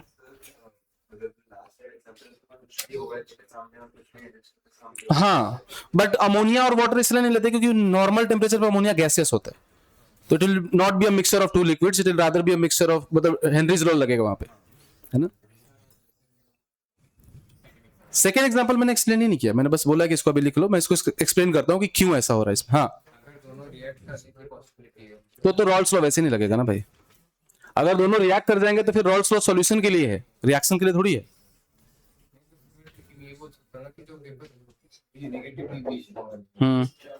हाँ पर हाँ, रिएक्ट करने का मतलब हम लोग वीक वन वॉल फोर्सेस की बात कर रहे हैं, not the forces that change bonding, मतलब पूरा वो तो फिर केमिकल रिएक्शन हो गई, उसके लिए रॉल्स लॉ है नहीं। रॉल्स लॉ इसके लिए कि आप सब्सटेंस की बेसिक प्रॉपर्टी चेंज नहीं हो रही है, अगर आप उसको बॉईल करोगे तो अभी भी आपको अलग से फिनॉल और एनिलीन मिलेगा, उनकी केमिकल प्रॉपर्टीज में चेंज नहीं आना चाहिए, नहीं तो फिर वो सॉल्यूशन नहीं होगा ना। ये तो बेसिक डेफिनेशन ऑफ सॉल्यूशन है कि केमिकली चेंज नहीं होने चाहिए, फिजिकल चेंज आना चाहिए बस। हाँ, पीएचओएच और पीएचएनएच2 वापस बताऊं मैं, ठीक है, ध्यान दो। इसके लिए हम जाना पड़ेगा केमिकल बॉन्डिंग में,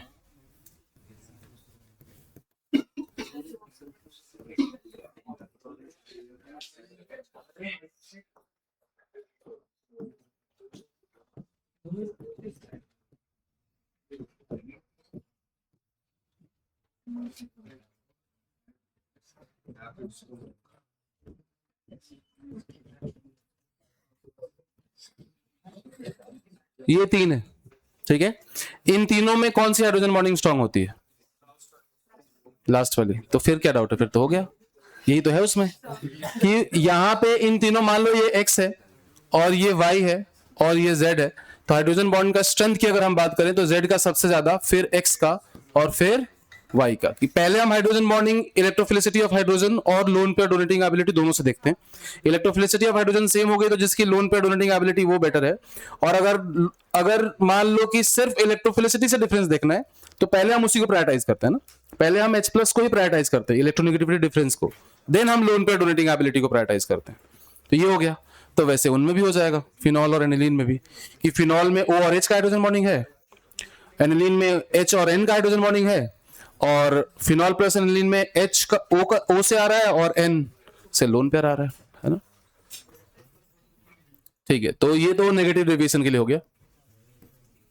दूसरा, एसीटोन प्लस CHCl3।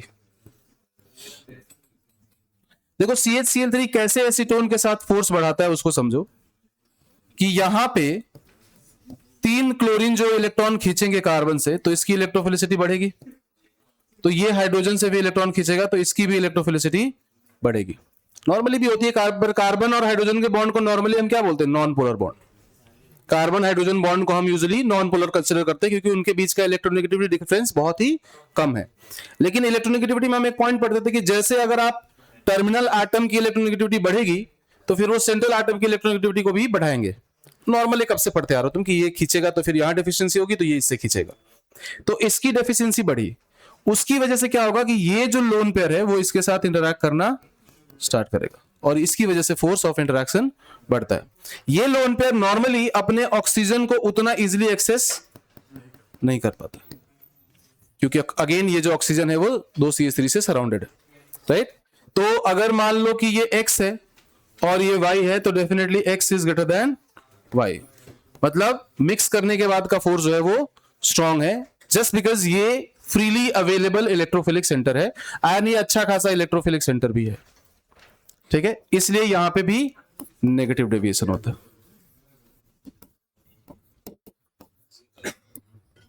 तो acetone plus CH2 positive deviation, acetone plus chloroform negative deviation. हाँ, पॉजिटिव डेविएशन कब सोचना है? चलो 2-3 एग्जांपल देता हूं, आप कैटेगराइज करो कौन सा पॉजिटिव है कौन सा नेगेटिव है। एक है HNO3 प्लस वाटर, दूसरा है एसीटोन प्लस CHCl3, तीसरा है toluene plus benzene,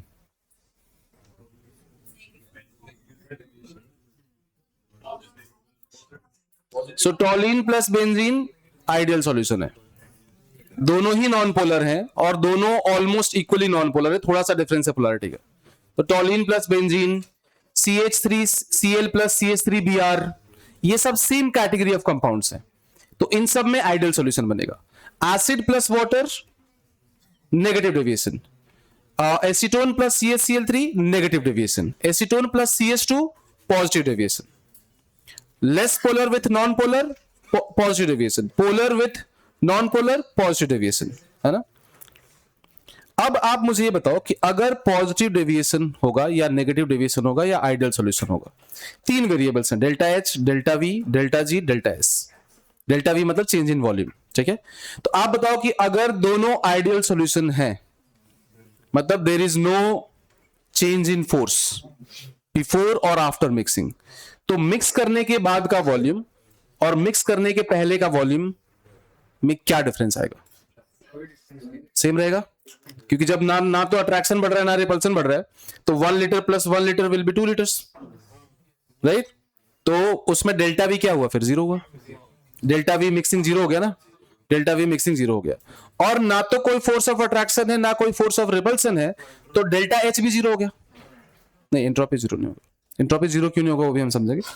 delta S और डेल्टा G हमेशा पॉजिटिव होना चाहिए फॉर मिक्सिंग। क्यों? देखो, समझो इसको, थर्मोडायनेमिक वेरिएबल्स को अगर हम देखें, तो अगर मान लो कि डेल्टा H जीरो है, जो कि आपने कह दिया, तो डेल्टा G क्या हो जाएगा फिर? Minus T delta S। और अगर मिक्सिंग हो रही है, बिकॉज हो रही है मिक्सिंग, राइट, अगर if mixing is spontaneous then delta S has to be positive, कोई ऑप्शन ही नहीं आपके पास, है ना। और delta G has to be negative, तो डेल्टा S हमेशा पॉजिटिव होगा और डेल्टा G हमेशा नेगेटिव होगा, कोई भी सॉल्यूशन हो। क्यों? क्योंकि सब में मोर और लेस इसी तरह का सिनेरियो होगा। जैसे मान लो नेगेटिव डेविएशन है, तो आप बोलोगे सर नेगेटिव डेविएशन में तो डेल्टा H नेगेटिव हो जाएगा ना, तो डेल्टा G को लिखोगे क्या? Delta H minus T delta S। Negative है ये, पर इतना भी नहीं है, क्योंकि है वो सॉल्यूशन का ही फोर्स ऑफ अट्रैक्शन, राइट, मतलब वो वीक वन डर वाल फोर्स ही है। ये रेंज ही 42 किलो कैलोरी मैक्सिमम होता है हाइड्रोजन बॉन्डिंग में जब हम जाते हैं, तो राइट। तो ये इतना ज्यादा तो नहीं, 42 किलो जूल नॉट कैलोरी, इतना ज्यादा तो ये नहीं है कि इसके नेगेटिव वैल्यू को कॉम्पनसेट कर सके या इसके पॉजिटिव वैल्यू को कॉम्पनसेट कर सके। सो डेल्टा S अगर पॉजिटिव कर दिया तुमने, तो चांसेस आर कि डेल्टा G भी पॉजिटिव हो जाएगा एट सम टेम्परेचर।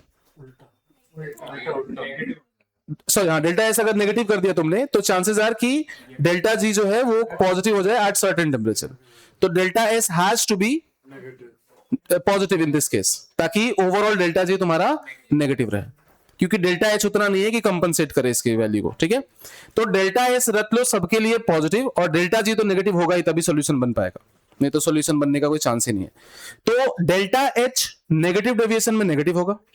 अच्छा, डेल्टा V भी नेगेटिव होगा नेगेटिव डेविएशन में। क्यों?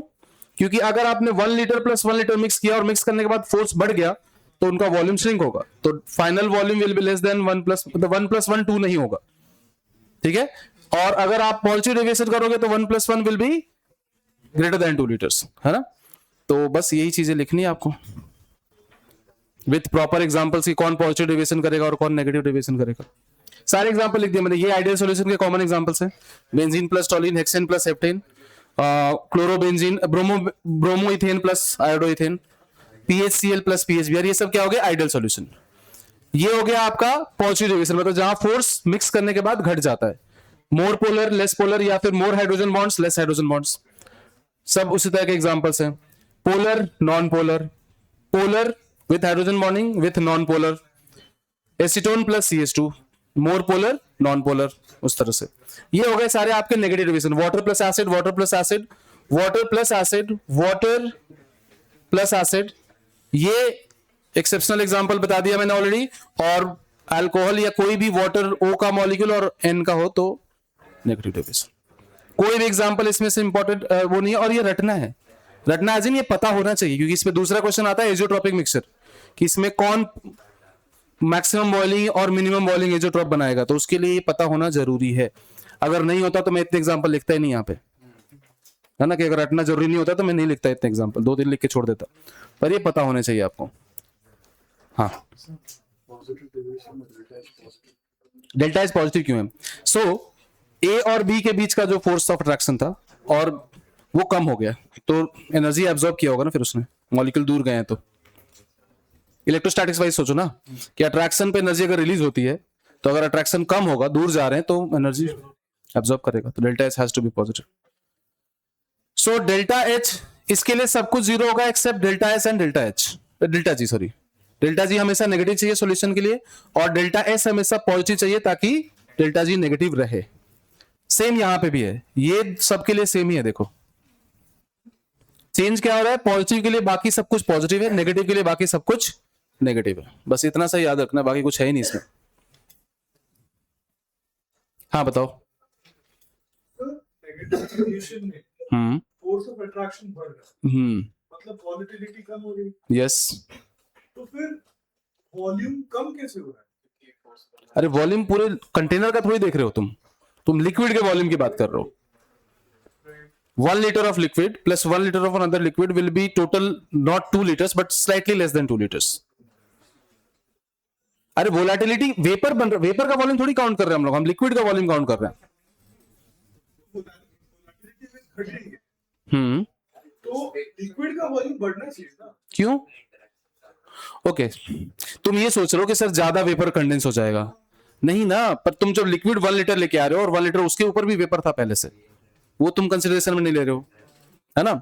और जब तुम मिक्स करोगे तो इतना वेपर थोड़ी कंडेंस हो जाएगा कि वॉल्यूम बढ़ जाएगा, उसका फोर्स ऑफ अट्रैक्शन बढ़ रहा है इसलिए वेपर कम बनेंगे, है ना, पर वॉल्यूम ऑफ लिक्विड तो उतना ही रहेगा ना, वॉल्यूम ऑफ लिक्विड थोड़ी चेंज होगा, मतलब उसी प्रोपोर्शन में डिक्रीज होगा बिकॉज अट्रैक्शन बढ़ा लिक्विड लिक्विड के बीच में, है ना।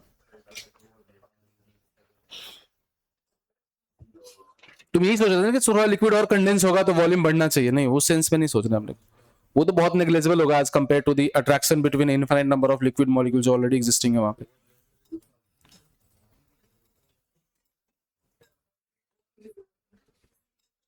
इसमें से किसी भी पार्ट में डाउट है तो बताओ भाई, नहीं तो ये सारे example as it is copy paste कर लो, यही आएंगे, इन्हीं में से कोई एक आएगा अलग अलग एग्जाम में, अलग अलग बुक में।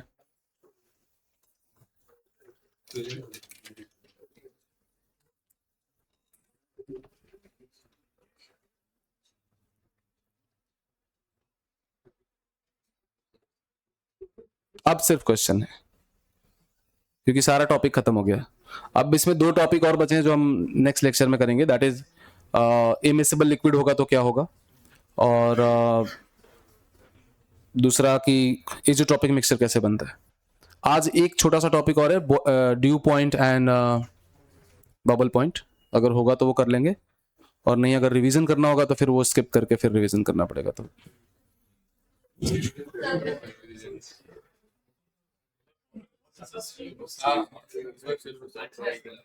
अननेसेसरली डरते तुम लोग, पहले ही फियर बना के बैठ जाते हो एग्जाम को लेके, और यही रीजन है कि तुम्हारी परफॉर्मेंस में जो भी थोड़ा बहुत डेंट आता है वो इसी वजह से आता है कि तुमने एग्जाम को पर्सपेक्टिव पहले ही बना लिया कि ये तो ऐसा ही होगा, और फिर आ जाता है फर्जी सा पेपर, फिर तुम उसको भी खराब करके आते हो, है ना, कि जितने भी बीटेस्ट तुम सोच के गए होगे कि बहुत तगड़ा आएगा वो फर्जी सा आता है, और फिर वो भी उसमें भी गलत करके आते हो क्योंकि तुम्हारा थॉट ही पहले सही था कि तो बहुत डिफिकल्ट आएगा क्योंकि एडवांस लेवल का एग्जाम है, ये है वो है ना। तो इसलिए पहले से कोई माइंडसेट बनाना ही नहीं है। इलेक्ट्रोकेम में क्या है रिवाइज करने का, नॉस्ट इक्वेशन मैं बता दूंगा, बट आई थिंक उसके रिवीजन का कोई बेनिफिट होगा नहीं, बता दूंगा मैं तो। Due point and bubble point तुमने लग रहा है रिवीजन कर लिया है ना? अच्छा, करना ही नहीं है, क्यों? वैसे हर एग्जाम के लिए प्रिपेयर करने की जरूरत नहीं होती है ना, क्योंकि आप कभी भी प्रिपेयर्ड होते नहीं हो एग्जाम के लिए, वैसे भी कभी भी प्रिपेयर नहीं होते, तो आप पीसफुली रैंडमली करो कि भाई हाँ जितना आता है उतना करके आएंगे, और वही तुम अभी भी कर रहे हो, तुम चाहे कितने भी हाथ पैर मार के जा रहे हो प्रिपरेशन करके, ये रट के वो रट के, अल्टीमेटली मार्क्स उसी के आ रहे हैं जो तुम्हें ऑलरेडी आता था, है ना। तुम्हारे एग्जाम के 3 दिन पहले प्रिपरेशन करने के मार्क्स तुम्हें नहीं मिल रहे हैं, है ना। अगर ऐसा होता तो तुम टॉपर हो जाते ना भाई, एग्जाम के 3 दिन पहले पढ़ के, सारे 3 दिन पहले पढ़ के टॉपर हो जाते, पर ऐसा है नहीं ना, है ना। कोई है ऐसा जो 3 दिन पढ़ के टॉप कर जाता है? हाँ हाँ, नहीं वो ऐसा कोई नहीं है, वो पढ़ता है, वो बस बताता नहीं है कि वो पढ़ता है ना।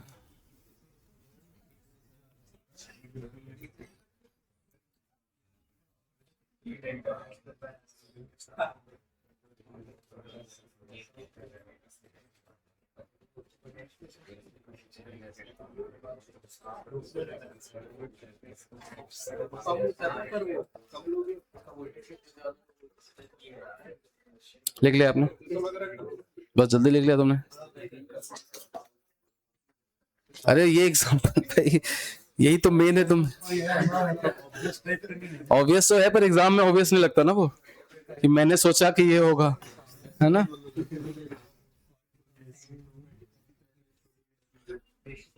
तुम तो कह रहे थे कि सारे नोट्स बनाने लगे तुम। हाँ, देख के डर गए कि इतना कौन लिखेगा। हाँ? ये लिख लो, ये तो चलो फिर भी कर लोगे मे भी। हाँ, वो ऑप्शन तुम्हारे पास है ना। तो पर स्क्रीनशॉट क्यों ले रहे हो जब मैंने ऑलरेडी पीडीएफ फॉरवर्ड कर रखा है ग्रुप में? अच्छा, वहां से स्क्रीनशॉट, ओके। हाँ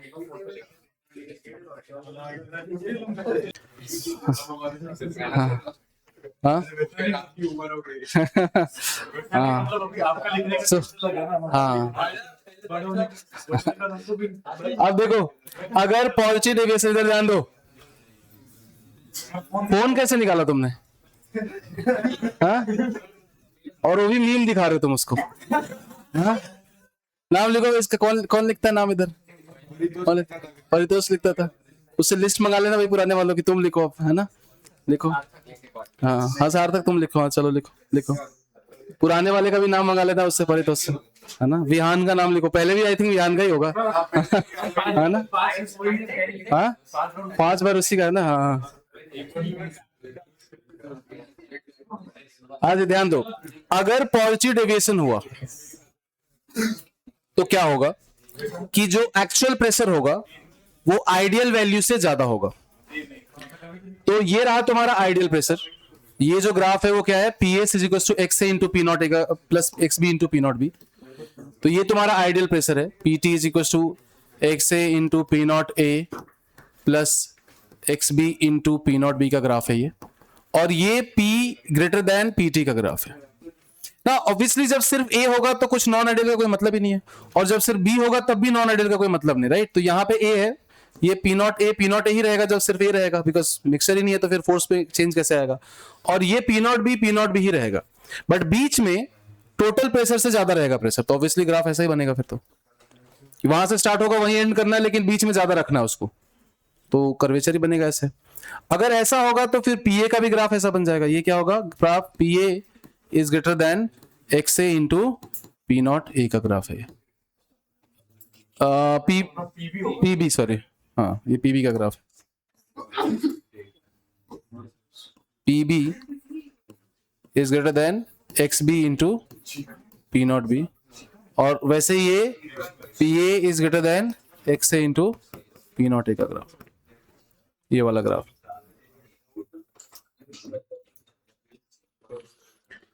और वैसे नेगेटिव डेविएशन का ग्राफ उसका रिवर्स।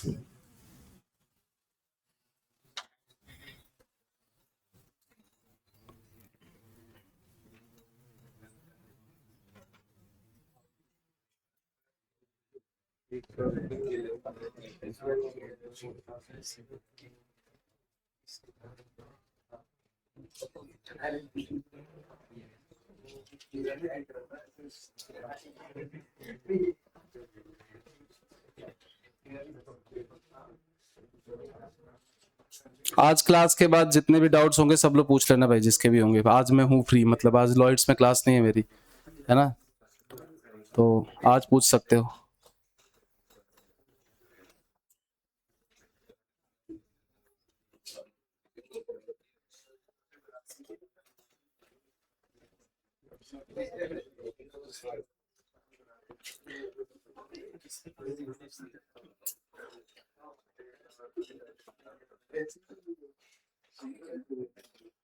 जल्दी ड्रॉ करो।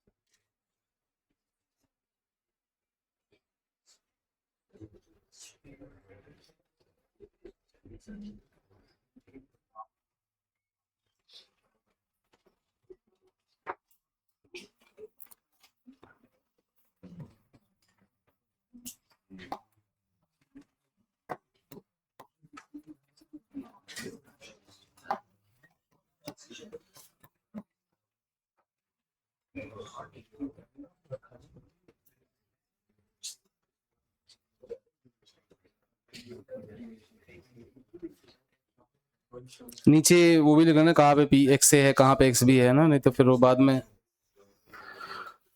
कोई डाउट इसमें?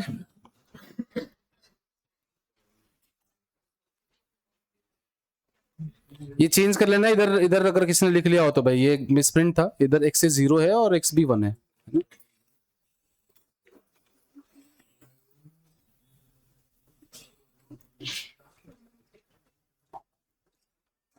ठीक है, करें क्वेश्चन सब।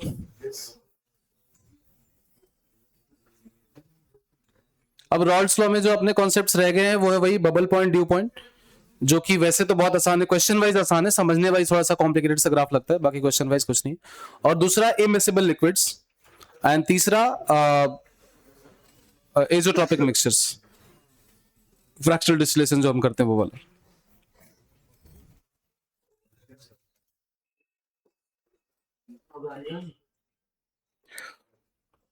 ठीक है, चलो भाई बताओ।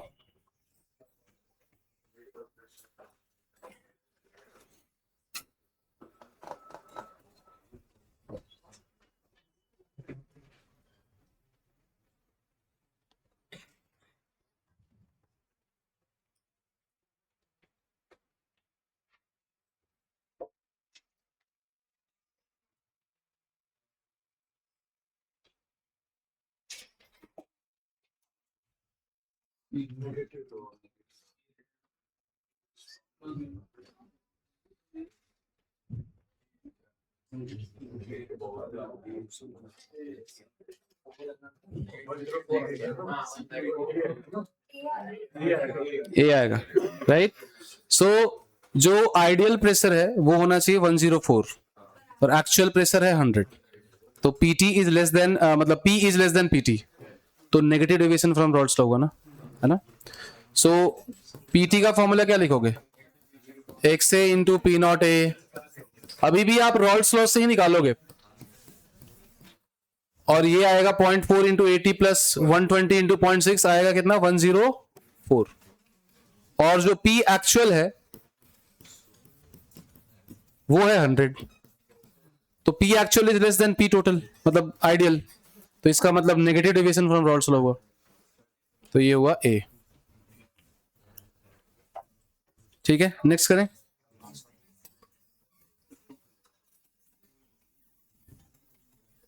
हाँ, थोड़ा भी होगा तो नेगेटिव ही लिखना है तुम्हें, है ना। आइडियल लिखना ही नहीं जब तक दोनों बराबर ना आ जाए। हाँ क्या?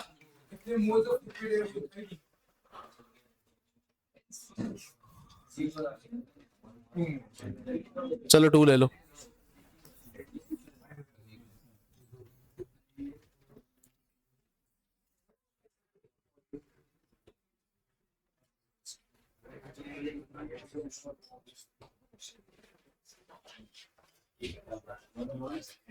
बिना वैल्यू के सॉल्व नहीं होगा।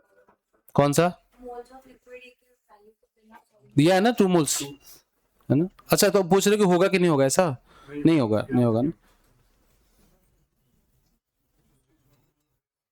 क्योंकि पी ए पी बी दोनों अननोन है अपने लिए, P naught A P naught B, और दो इक्वेशन लगेगी टू सॉल्व देम, और तो तीसरा वेरिएबल हम नहीं रख सकते उसमें फिर। हाँ, क्योंकि जो एक्चुअल नंबर था वो तो यहाँ है नहीं ना, अब तो 2 मूल मन से लिखा है, तो 2 मूल्स गलत है मतलब, ऐसे थोड़ी होता है भाई, गलत कुछ नहीं होता है। हाँ, मैथ्स है ना, हमें एक्चुअल थोड़ी पता है कि कौन सा मॉलिक्यूल है, कुछ भी हो सकता है वो तो। हाँ,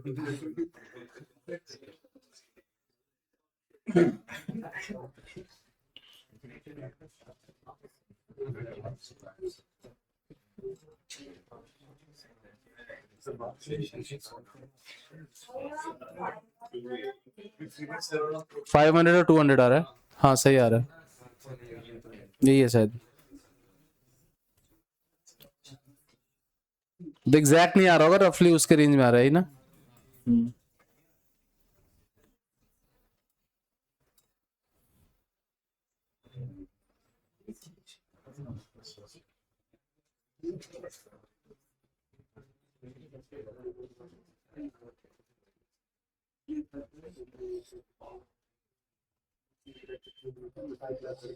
Seven 200।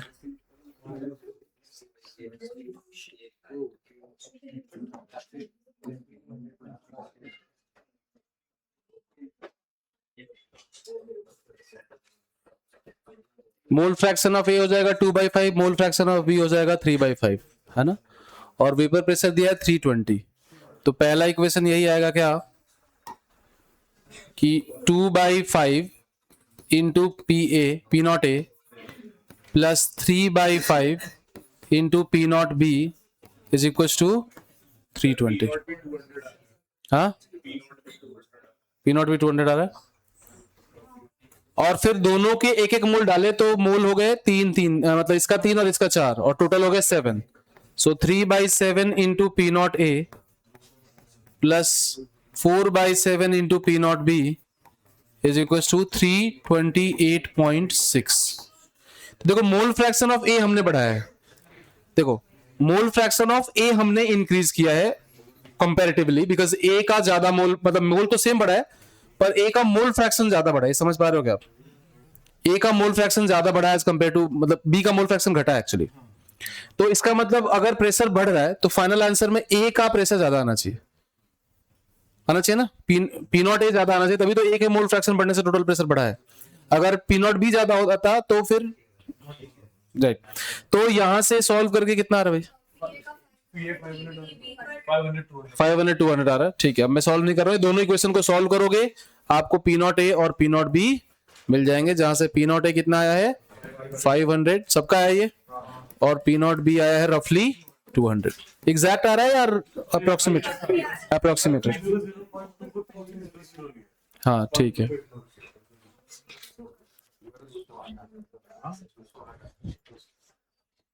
ठीक है, नेक्स्ट करें।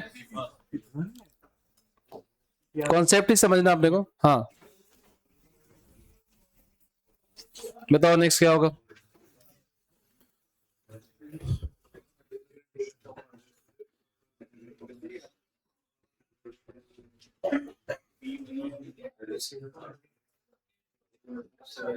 आप देख रहे हो हर क्वेश्चन में नए नए लैंग्वेज हम लोग इंट्रोड्यूस कर रहे हैं कि हम समझें कि क्या क्या पूछ सकते हैं अपने से, कि benzene and toluene form ideal solution. इस बार vapour pressure mole fraction of vapour phase दिया, उसके टर्म में कितना आ रहा है 62.5 आ रहा है। क्या फॉर्मूला लगाओगे 1/pt is equal to YA/P0A plus YB/P0B, वही ना वेपर फेज का कॉम्पोजिशन। ओ अच्छा, इसलिए 62.5 आ रहा है। ये जो दिया गया है ये वेपर फेज में है, अच्छा इसलिए इतना जल्दी जल्दी कर दिया तुम लोगों ने, मैं सोचो यार क्या। सो ये वेपर फेज का कॉम्पोजिशन है भाई, YA/YB दिया है तुम्हें, XA भी नहीं दिया है ना।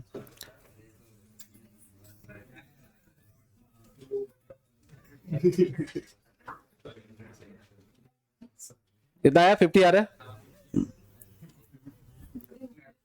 तो Y बेंजीन का है ना 0.75 बेंजीन एंड, हाँ तो वाई बेंजीन जो दिया गया आपको वो दिया है 0.75 एंड वाई टोलिन जो दिया गया है वो दिया है 0.25। तो यहां से लिखोगे 1/pt is equal to Y benzene कितना है 75 है क्या पीबी, हाँ, तो 0.75/75 प्लस 0.25/25, तो ये हो गया 1/pt इज इक्वल टू 1/50, तो pt आ गया 50, है ना। मोल फ्रैक्शन ऑफ वेपर के फॉर्म में बताना था इसमें, लिक्विड के फॉर्म में नहीं।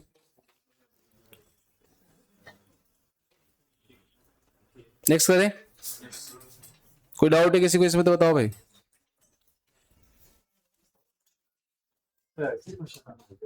ऐसे ही आते हैं।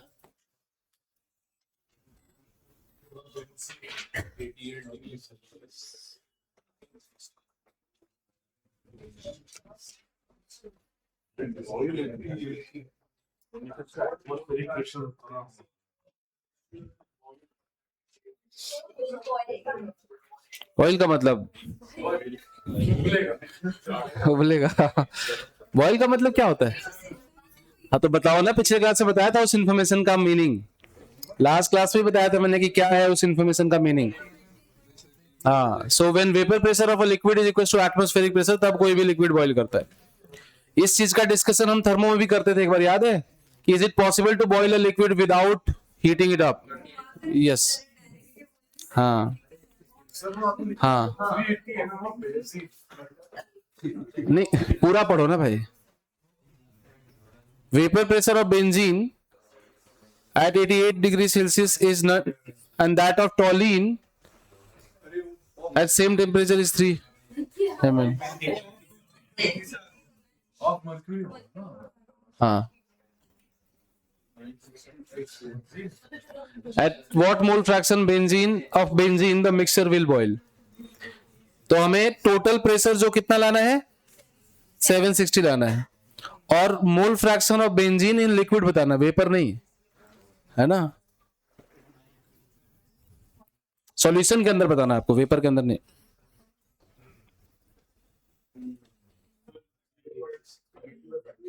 जीरो 0.65 आ रहा है,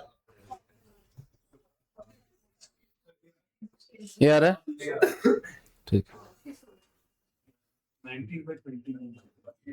सो फॉर्मूला क्या होगा कि at that mole fraction the total pressure of solution must be equal to atmospheric pressure, है ना। सो बॉइलिंग पॉइंट क्या होता है भाई कि बॉइलिंग पॉइंट वो टेम्परेचर होता है जब P T is equal to P atmospheric. तो पीटी क्या लिखोगे, X benzene into P naught benzene plus X toluene into P naught toluene is equal to 760 mm of H G. X benzene को X benzene लिखते हैं, इसका vapour pressure कितना है 960, टॉलिन को 1 माइनस एक्स इंटू 380, है ना, इज इक्वल टू 760 कर देंगे हम लोग। यहां से हमें एक्स आ जाएगा कितना, 19/29. एक्स कितना आ रहा है 19/29,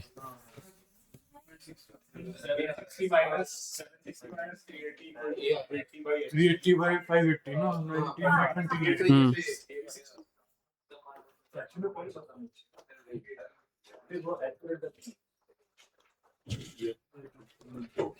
ठीक है। तो बॉइलिंग के लिए क्या करना है, टोटल प्रेशर को एटमॉस्फेरिक प्रेशर के बराबर कर देना है। वेपर फेज कॉम्पोजिशन के लिए वेपर फेज वाला फॉर्मूला निकालना है। कुछ नहीं बोला जाए तो लिक्विड फेज कॉम्पोजिशन पूछ रहे हैं तुमसे, बिकॉज मिक्सचर का कॉम्पोजिशन पूछ रहे हैं basically, that is liquid phase composition.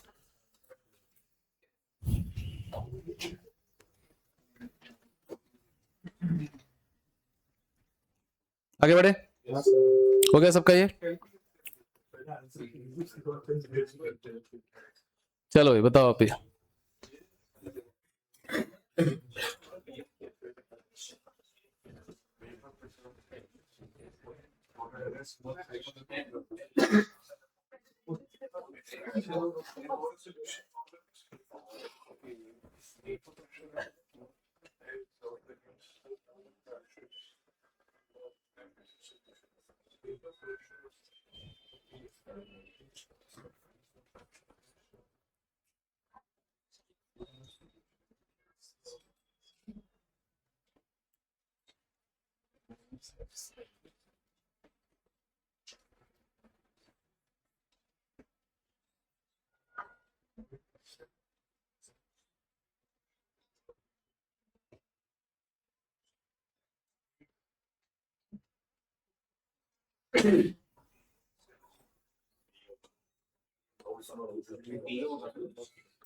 Multiple correct है।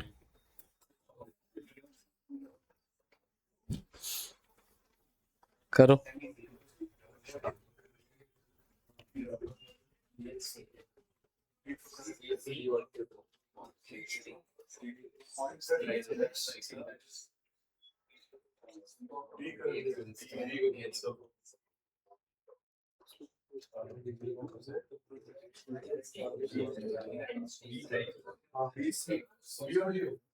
क्या होगा?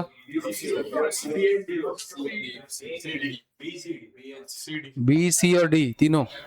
सी होगा तो डी कैसे होगा फिर? या हाँ वही ना।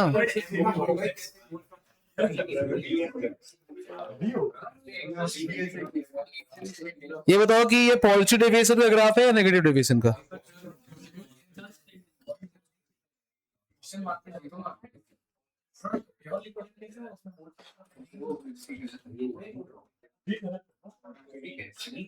ये पॉजिटिव डेविएशन का ग्राफ है, देख के लग रहा है ना। आइडियल का ग्राफ ऐसा होता, इसके ऊपर से जा रहा है तो पॉजिटिव डेविएशन है। और ये ग्राफ, कोई भी ग्राफ इन वे,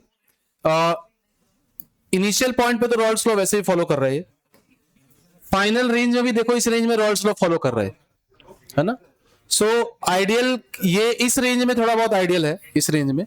और स्टार्टिंग में तो खैर रेंज ही नहीं अपने पास, पॉइंट ही है वो तो इसका मतलब है कि पॉइंट जेड कहां पे भाई? हाँ, represents vapour pressure of pure liquid M. नहीं, एक्सएम यहाँ पे 1 है और यहाँ पे एक्सएम 0 है, तो वो प्योर लिक्विड एल का वेपर प्रेशर है ये। तो क्योंकि ग्राफ भी एल का ही दिया ना, हाँ ग्राफ भी एल का ही है, राइट। सो ये तो गलत ही हो गया, सी भी गलत हो गया। The point Z represents vapour pressure of pure liquid M and Raoult's, हाँ तो एम का तो है नहीं, वो एल कहते हैं। अब बी और डी का देखते हैं, तो attractive intermolecular force between L L and liquid M M in pure M is stronger than those of L and M. हाँ, बाद में फोर्स घट रहा है ना, तो पॉजिटिव डेविएशन है तो बाद में फोर्स घटेगा। And then point Z represents vapour pressure of pure liquid L and Raoult's law is followed in the range of XL tends to 1, है ना। बी एंड डी, ये जे एडवांस का क्वेश्चन है ये 2000। हाँ हाँ, हमारे पास ऑप्शन नहीं है। तो दिख रहा है ना ऊपर से जा रहा, तो पॉजिटिव डेविएशन ही होगा। कहाँ पे? वो बोल रहा है आपके वो टेंजेंट टाइप का हो रहा है। भाई उसके अलावा कुछ होता नहीं है ना, पर ऐसा थोड़ी है कि फोर्स, सर एक रेंज में तो फोर्स बढ़ रहा था और फिर अचानक से फोर्स घट भी गया, ऐसा नहीं, ऐसा नहीं होगा ना।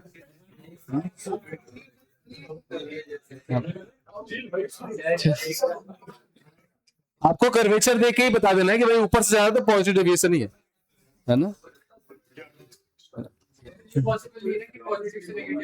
नहीं नहीं, ऐसा नहीं। हाँ मतलब क्वेश्चंस खत्म हो जाएंगे तो ब्रेक, ज्यादा क्वेश्चन नहीं है, और 6-7 होंगे और मैक्सिमम। कहाँ पर पहुंचे हम लोग, कौन से स्लाइड पे? 19 पे है और 22 तक करना है बस। नहीं, उसके बाद ब्रेक होगा। क्लास क्यों होगा? क्लास क्या करोगे तुम घर जाके? इलेक्ट्रॉन क्या करोगे?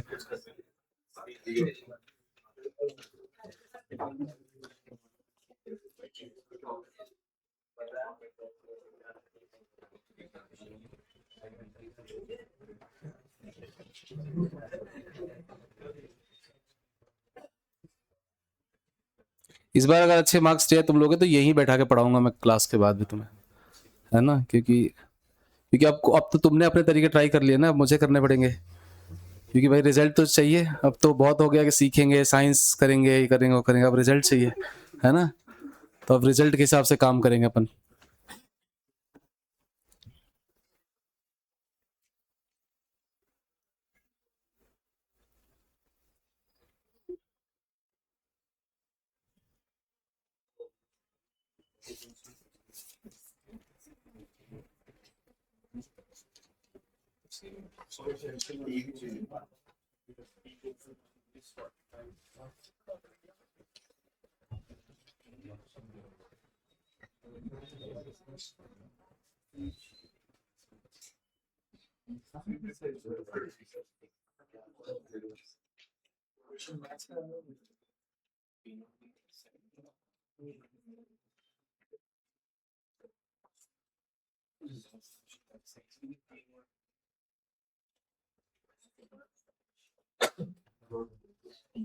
ये सब लीनियर इक्वेशन वाले क्वेश्चन ही आते हैं इसमें रॉल्स्ट्रॉम में ना, कि दो लीनियर इक्वेशन होगी, दोनों को सॉल्व करके तुम्हें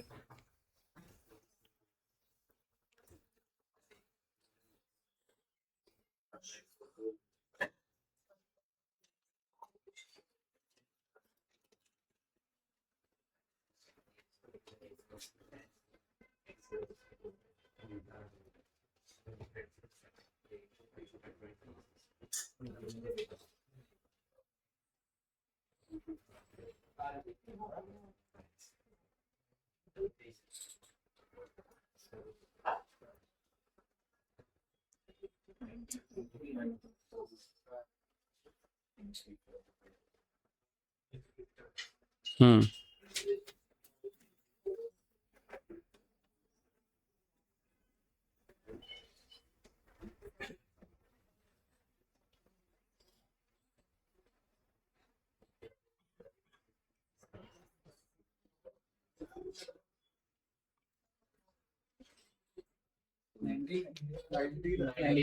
19 आ रहा है। हाँ, तो यहाँ पे दिया है इक्विमोलर बाइनरी मिक्सचर, राइट। तो इनिशियली मोल फ्रैक्शन 0.5 है दोनों का, तो उसका वेपर प्रेशर 45 है। So P naught A into 0.5 plus 0.5 into P naught B is equal to 45। So P naught A plus P naught B जो आ गया वो कितना आ गया, 90 ना। हाँ, फिर उसके बाद दूसरा पार्ट कह रहे हैं कि जब टोटल प्रेशर 22.5 होगा और पी नॉट ए दिया हुआ है 20, है ना, तो पी नॉट बी 70 आ गया, यहां से पी नॉट बी आ गया 70। अब कह रहे हैं कि टोटल प्रेशर जब 22.5 होगा तो एक्स ए और एक्स बी का रेशियो क्या होगा। तो लिख लेते हैं भाई, X A plus into P naught A plus X B into P naught B is equal to 22.5। अब इसमें से X A by X B निकालना अपने को। एक्स बी को 1 माइनस एक्स ए ले लेंगे अगर,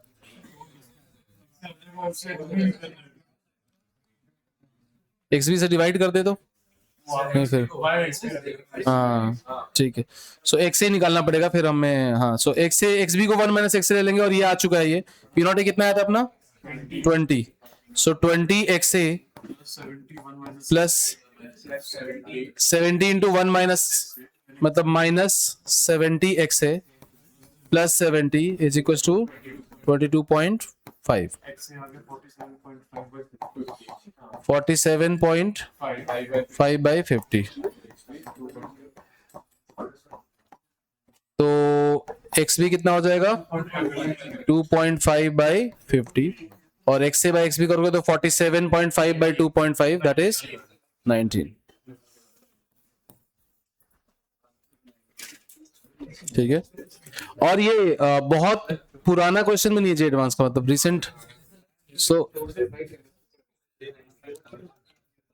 ऐसा ही रहता है भाई, ऐसा ही रहता है किसी भी साल का। तुम देखो बस दो होता क्या है कि एक वही जो एडवांस देने जा रहे हैं हम, तो आधा उस चक्कर में जाता है और आधा थोड़े बहुत क्वेश्चन, एक दो क्वेश्चन भी गड़बड़ हो गया तो एंजाइटी कि भाई अब तो गया पूरा।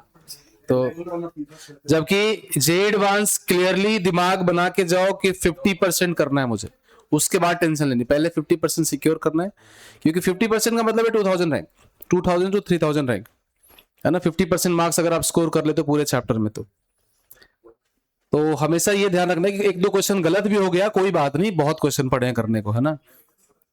ये पेशेंस होना चाहिए, ये ट्रस्ट होना चाहिए खुद पे कि बाकी मैं कर लूंगा, चलो एक दो गलत हो गए,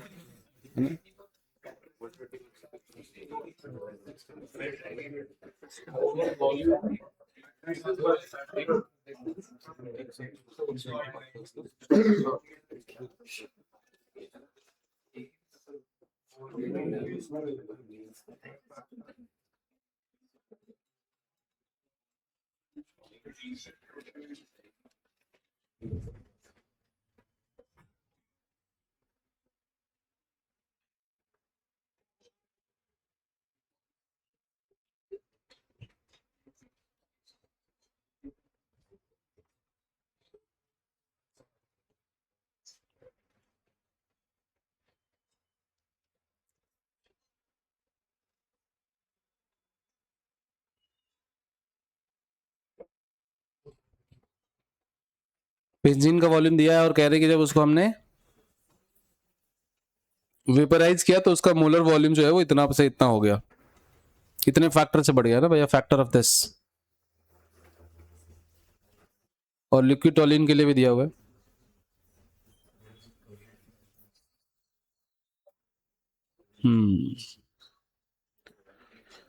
क्या नहीं है इस क्वेश्चन में, क्या नहीं है, मतलब क्या मिसिंग है?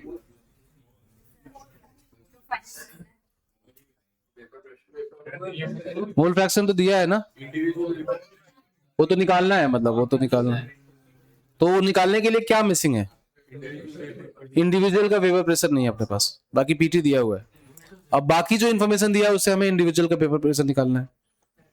वो कैसे निकालेंगे? हाँ करो, कैलकुलेटर यूज कर लो, कोई दिक्कत नहीं। पर वो निकालोगे कैसे? उसका प्रोसेस बताओ। हाँ प्रोसेस बताओ, क्या करोगे? तो यानी कि 1 मोल का वॉल्यूम है, हाँ 1 मोल बेंजीन यानी कि 78 ग्राम बेंजीन, ठीक है, उससे वॉल्यूम निकल जाएगा बेंजीन। ठीक है, इंटीग्रल फैक्टर 2750, हाँ गैस का वॉल्यूम आ गया, हाँ आ जाएगा ना, फिर गैस का वॉल्यूम आ गया तो उससे सही कह रहे हो। कि एक बार आपने गैस का वॉल्यूम निकाले तो पीवी को एनआरटी लगा दो, जो गैस का प्रेशर होगा वही वेपर का प्रेशर और वही वेपर प्रेशर भी है। एक डॉक्टर टीवी पर लगाने में हाँ एन क्या 1 मोलर वॉल्यूम लिया ना तुमने, तो मोल 1 लो। अच्छा अच्छी बात क्या है कि वेपर प्रेशर की खास बात तो ये है ना कि कितना भी मोल लो वेपर प्रेशर वही रहेगा। पर इस यहाँ पे 1 मोल के लिए डेटा दिया है तो हम 1 मोल ही यूज करेंगे। हम ये नहीं सोचेंगे सर ये 1 मोल का वेपर प्रेशर है कि 10 मोल का है, सबका सेम होता है, बस वो 1 मोल की हेल्प से रहा है ना। हाँ करो, निकाल लो, फोन निकाल लो, कैलकुलेशन पर्पसेस के लिए, है ना। हाँ हाँ हाँ 18 के आसपास आता 18 के आसपास आ रहा है, हो सकता है। तो भी आएगा 60 40। सो वॉल्यूम, मोलर वॉल्यूम दिया हुआ है राइट, तो वेट ऑफ बेंजीन कितना हो जाएगा? 1 मोल का मास कितना होगा? हाँ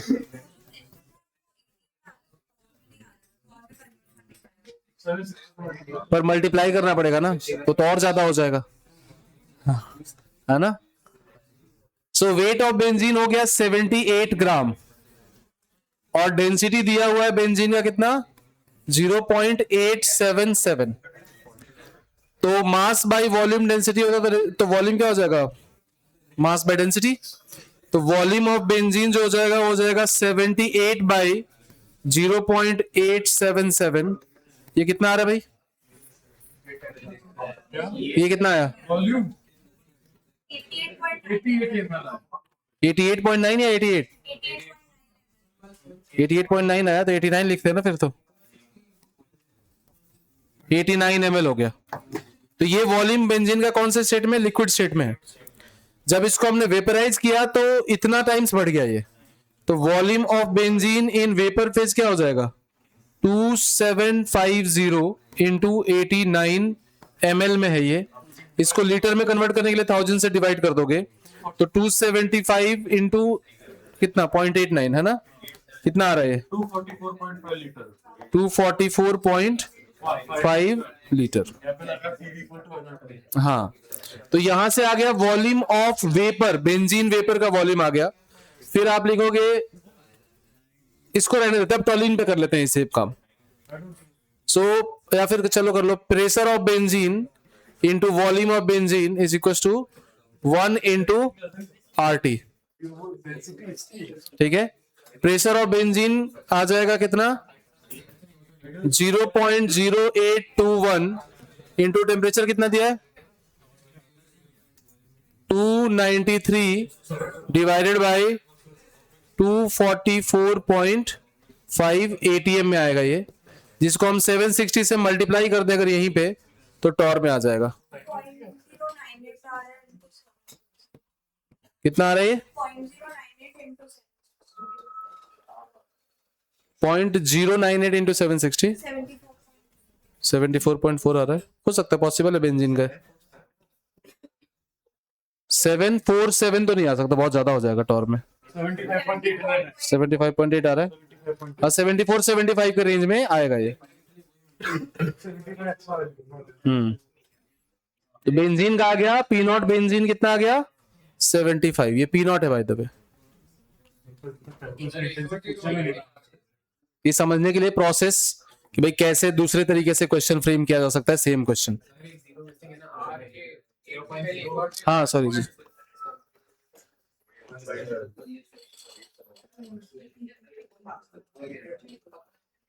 अब आएगा 75। हाँ, अब दूसरा कितना आ रहा है, इसी सेम प्रोसेस से जाओगे, बस यहाँ पे टॉलिन का मोलर मास होगा, उसकी डेंसिटी होगी, सब कुछ ऐसे करते करते इस नंबर से मल्टीप्लाई करोगे इसको, बताओ भाई कितना आया पी नॉट टॉलिन 1 नहीं भाई, इससे कम आएगा, 75 से कम है 75 से कम आएगा तभी तो टोटल 45 होगा ना भाई। फाइनल प्रेशर अगर 45 है तो 75 और उसके बीच में होना चाहिए। 22.4 पॉसिबल है, 25 लिख लेते हैं, हाँ 22.4 आ रहा है, 22 आ रहा है, ठीक है। हाँ मतलब पी नॉट टॉलिन जो है वो 22 के आसपास आएगा। और कैसे ये वेरीफाई होता है इस बात से कि ये सही हो सकता है, मतलब मैंने कहा सही है, पर कैलकुलेशन अगर आपने सही किया तो ये सही नंबर से है, बिकॉज फाइनल 45 है तो टोटल प्रेशर इन दोनों के बीच में ही रहता है, मैक्सिमम ये हो सकता है और मिनिमम ये हो सकता है। हाँ कौन सा आंसर,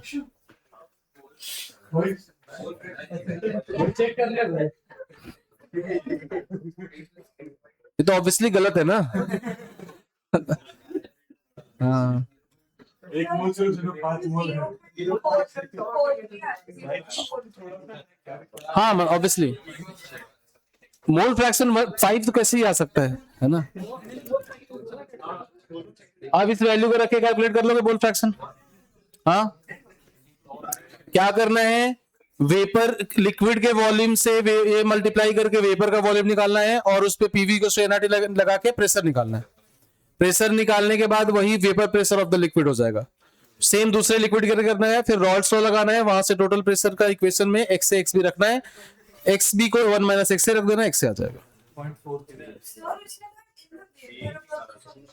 ओ तो y भी निकाल लो फिर। Find the mole fraction of benzene in the vapour above the solution, तो y भी निकालना है तुम्हें, है ना। तो पहले तो y भी निकालना है, तो इसके बाद लिखोगे क्या कि y benzene upon 75 plus 1 - y benzene upon 22 is equal to 1/45। इसको सॉल्व करके y बेंजीन और y टॉलिन जो भी पूछा जाए निकालना। 0.7 आ रहा है, y भी 0.71 आ गया, तो yt जो आ गया वो 0.29 आ गया।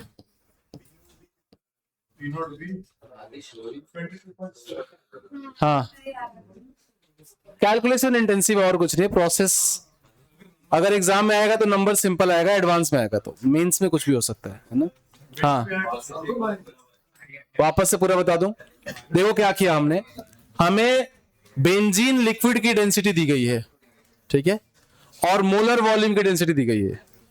तो मोलर वॉल्यूम बेंजीन लिक्विड का कितना दिया गया है पता नहीं, डेंसिटी दिया है, तो मोलर वॉल्यूम का मास तो निकाल सकते हैं। मोलर वॉल्यूम मतलब 1 मोल का वॉल्यूम है, तो 1 मोल का मास हो गया 78 ग्राम, डेंसिटी दी गई है इतनी, तो वॉल्यूम कितना हो जाएगा, मास बाय डेंसिटी।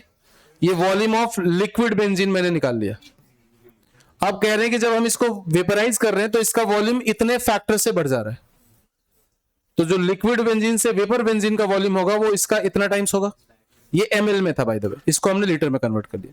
ये आ गया volume of the gaseous benzene, उस पे लगाया हमने PV = nRT, n लिया 1, यहां से जो प्रेशर आया वो वेपर प्रेशर ऑफ बेंजीन होगा। क्यों? क्योंकि 1 मोल के लिए निकालो चाहे 10 मोल के लिए निकालो, वेपर प्रेशर चेंज नहीं होता है। तो वेपर प्रेशर हो गया बेंजीन का, आ गया 75। सेम काम हम टॉलिन पे कर रहे हैं, मैंने लिखा नहीं है कैलकुलेशन यहाँ पे। टॉलिन का आया कितना? 22। ये कैलकुलेशन आप लोगों ने किया है ना। उसके बाद Rawls low, P0 A P0 भी पता है, PT पता है, X और X भी निकालना है, Y और Y भी निकालना है ना। तो उसके बाद Y और Y भी निकाल रहे हैं, ठीक है।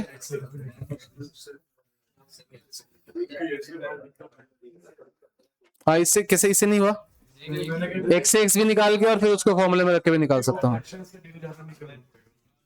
ठीक है। आया समझ में? चलो ब्रेक के बाद हम ये क्वेश्चन करेंगे।